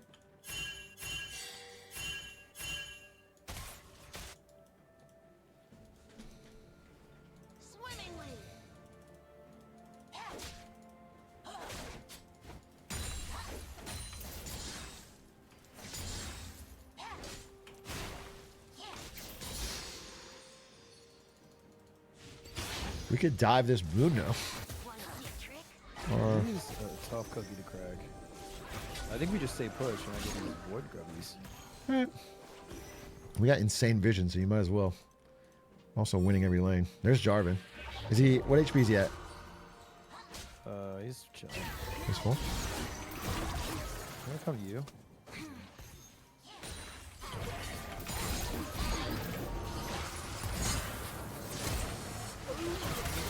Dude, fucking nice, dude. We synced that well. We comboed it well. Nice. Oh, I'm coming. I'm coming. I'm coming. I'm coming. Well, actually, I'm going to keep shoving wave. You seem like you got him on your own.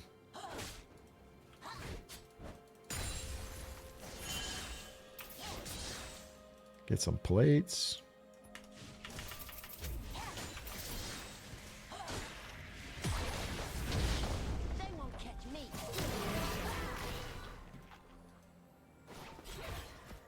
I don't think I even need a bag. 5 grubbies?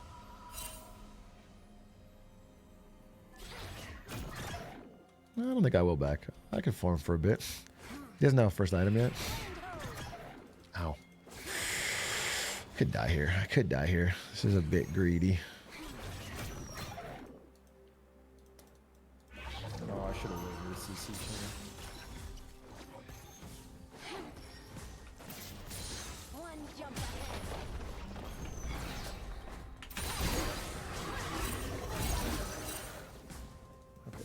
That's good.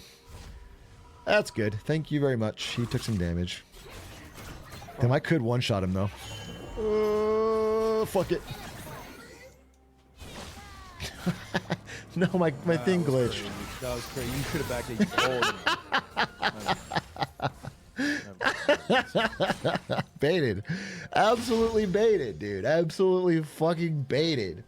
It's a mind game. You don't understand, dude. It's a zoning shark. It puts him in the right spot. I hit him with the E. Look, you had a great zoning ult. All right. Okay, Jin Jarvan. is actually keeping up pretty good. He's not bad. Ra-ta-ta-ta-ta-ta-ta.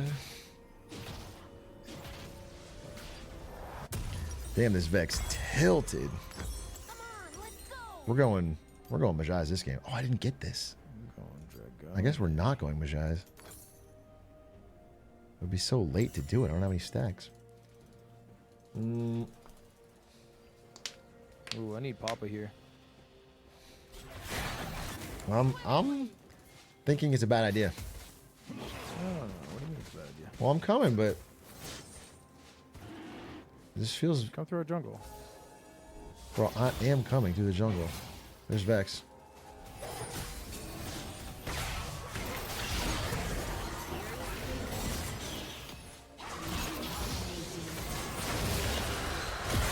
Oh, they got that shit.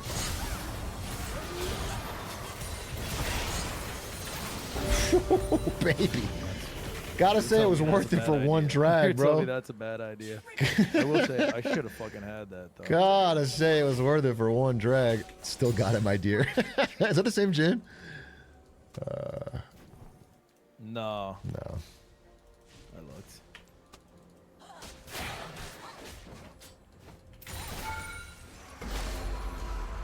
Oh, we lost the thing.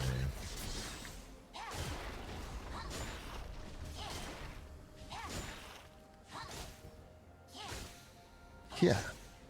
Yeah. Yeah. Yeah. Yeah. Yeah. Imagine Oh man, this is bad. I can come. I died. I should have flashed. I didn't want to. I got greedy. Also, you're you got a blue if you want to grab it. Oh, hold on, it's I'm up. so greedy with flash. I gotta just use it. This and this. I'm saving it for League 2. Yeah. Yeah, I am. I'm saving it for League 2. Gave him shutdown. I know what I did, alright, but if you watch Mango Fish, you save his flash. Every time. I'm trying to save it. Because it's so good in fights. You know, I don't want to have it for just surviving. Jarvan seen. Anyway, I go bot now. I go bot now. Oh, I missed.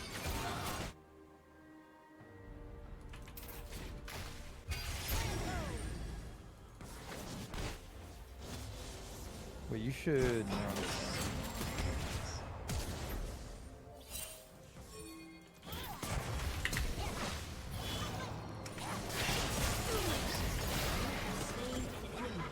That's why you need flash, bro.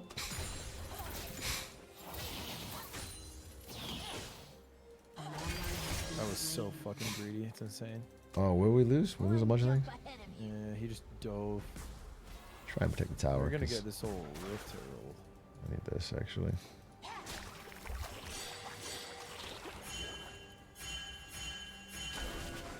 Bro, you had to leave an hour and a half ago. I don't want this Vex to start getting kills. That's not good for us. We can probably do a little cleanup crew if you want to. Are they there? No, we have a ward. We have a ward.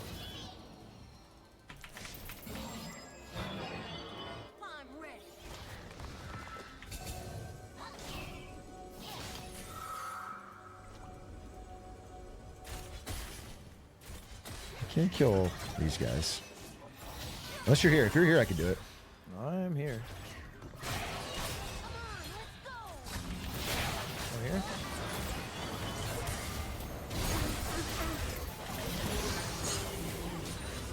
Did somebody die? Damn.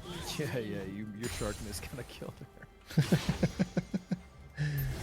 Oopsies.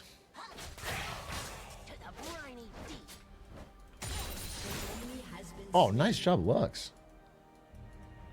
It's huge. Alright, we're going for this rift. Okay, Group Wars on you. We love that.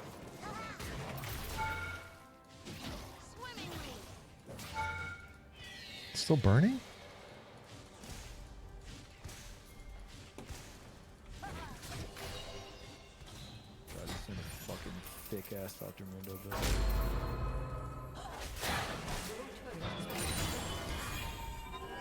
I have a shark in 5 seconds and you're fucking dead, Senna.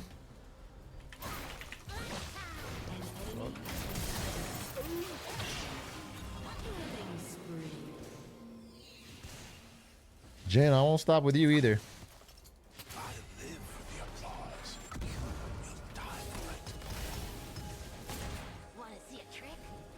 Alright, I want that big old dragon. I want that big old dragon. To get that big old dragon, what we do is we push mid with my Drift Herald. You got a bag. Yeah, he's got... What a bag you got big for dragon. Wasted Gen ult? That's not bad. Shine bright like a diamond. Mundo, you're dead, big dog. He's gonna get the tower first. Is he?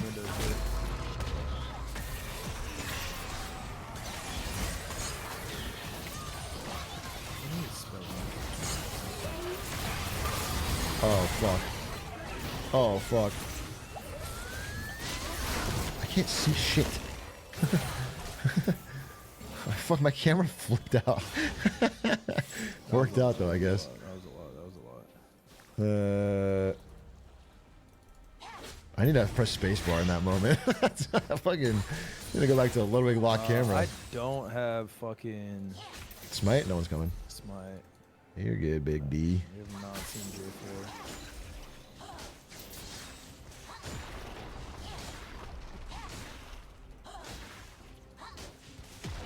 It's gonna be so good to get this money for my team.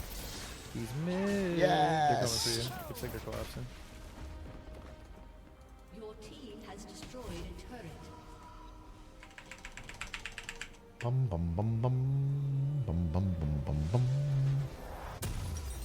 Grab one of these. Ooh, I could grab a lot of things. I don't back yet. I guess it's this. Do I just grab a death cap straight up? In this fucking economy? I think I do. I think I fucking do. I don't think I say fuck it. See a cap, buy a cap. Amen. No cap. Death cap for cutie. Bro, when you sense play, Yeah. it's like the fucking world's first self. What's that thing? The machine that like it powers itself. Like you guys bounce your jokes off each other in a way that will never end. Okay, I gotta drop this Rift Herald.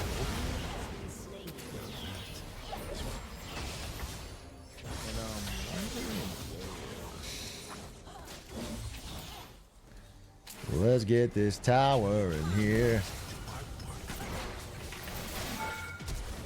Got the flash. Papa's coming.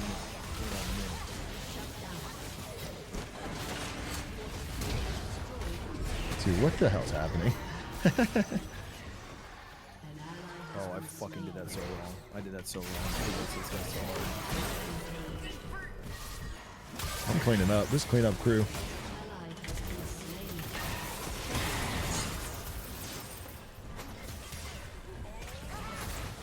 Woo! Where's he going? No, you did not leave, did you? I left. Yeah, I left you. I'm getting minions. Get your minions. Let's give them something to talk about. Want to see a trick?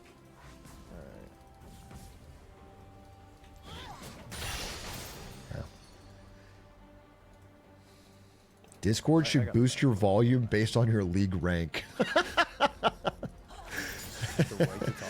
Silence Iron, a grandmaster is talking. It's just a booming megaphone. Okay, I gotta get. When's Dargan? Well, I don't want to do that. 2.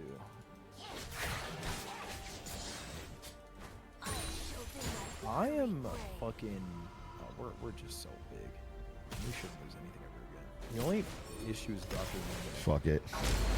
You gotta play greedy sometimes. He just fucking shoves. You gotta play greedy for them. Ah, damn. Damn, there was a ward there. I think they're collapsing on you somewhere.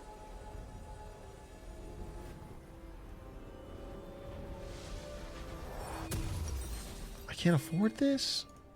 Sell. Buy. And one of these. That Vex is dead. I feel like we're chaosing at this point.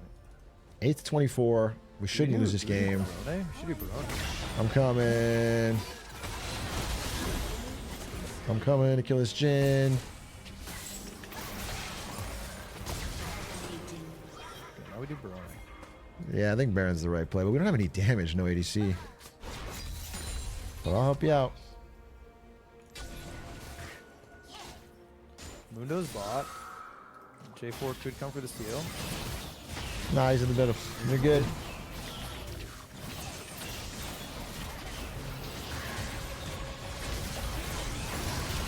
Okay, someone needs to back the Mundo.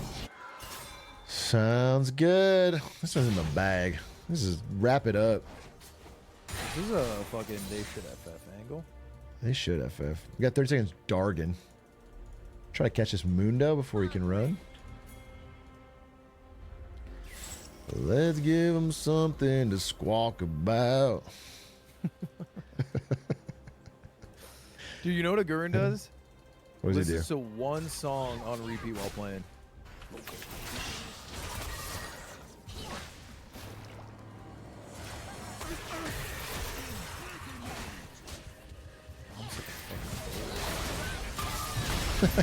Mundo got Vex killed. Alright, let's get it. Let's get it. Let's get it. I'm coming. I'm coming home.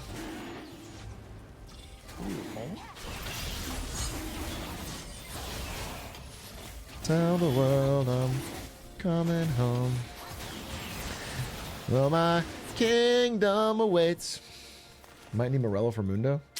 I'm not going to be the one killing Mundo. Well, actually, someone does. We're going to have an 80 It carry. ain't me. It ain't me.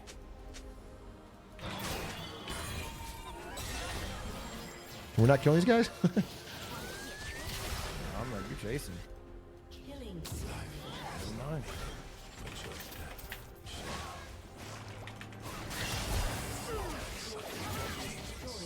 This is going well. Push mid over here.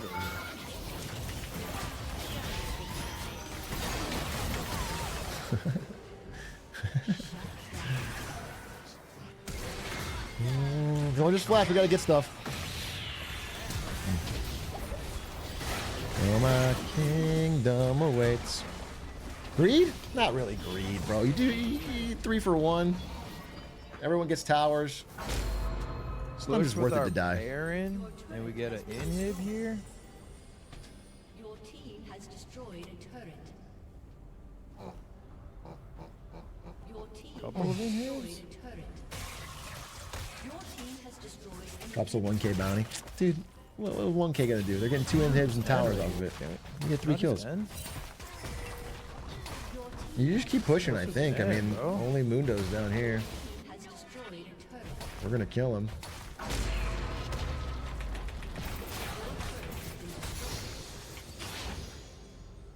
Your team has destroyed a turret.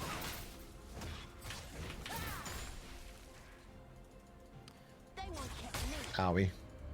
Unstoppable. Seth's not with me. Seth's not. Owie. Owie, don't do it again. Fuck. That was my one death. GG! GG! That was That was a clean would have sweep. been a more even game if Vex was AFK. I've never heard something like that. That's so mean. You know, I might honor her just because you said that. Give Vex some honor. And talk trash and all. GG. All right, 1-1, but we're on an upswing. There we go. promoted off that shit. Down to Yes, play sir, more, I did. especially this weekend. I don't know. Are you doing basketball this weekend? 100%. Yeah, I'm back. I'm back. All right. See you then. Peace, Lud. Peace, Lud, chat. Peace out, Bye. brother. Chat, I'm going to end now. Spend a little time with my wife. My wife. And we're going to rate a Spectacor. Thanks for watching today. It was a fun stream. Little games with Lud, little React, little MTG. And we're going to rate a Spectacor, our good friend from the northern border. Sevens, thanks for watching. By the way, Lock-in October has been incredible so far. I think we can all agree. It's been 3+ days, on time, good energy, good stuff. We're keeping it up. It's helping me out in my life and in my stream. Back tomorrow. Oh, wait. Sorry. Emergency. I will not be streaming tomorrow is the base case. I may go live early with my mom. I am taking my mommy to dinner tomorrow. It is her last night in LA. I will not stream. I'm going to take her to Stan's house. They're going to say hi. I probably won't be live tomorrow. I may go live early with my mom and do some questions, answers. But tomorrow's an off day, and then Friday we're back. Okay? I just want to give you the heads up so you don't expect anything. As I mentioned, I get one extra day off a week if I need it. I have Sunday and then maybe one other as a flex. I'm using it tomorrow. All right, goodbye.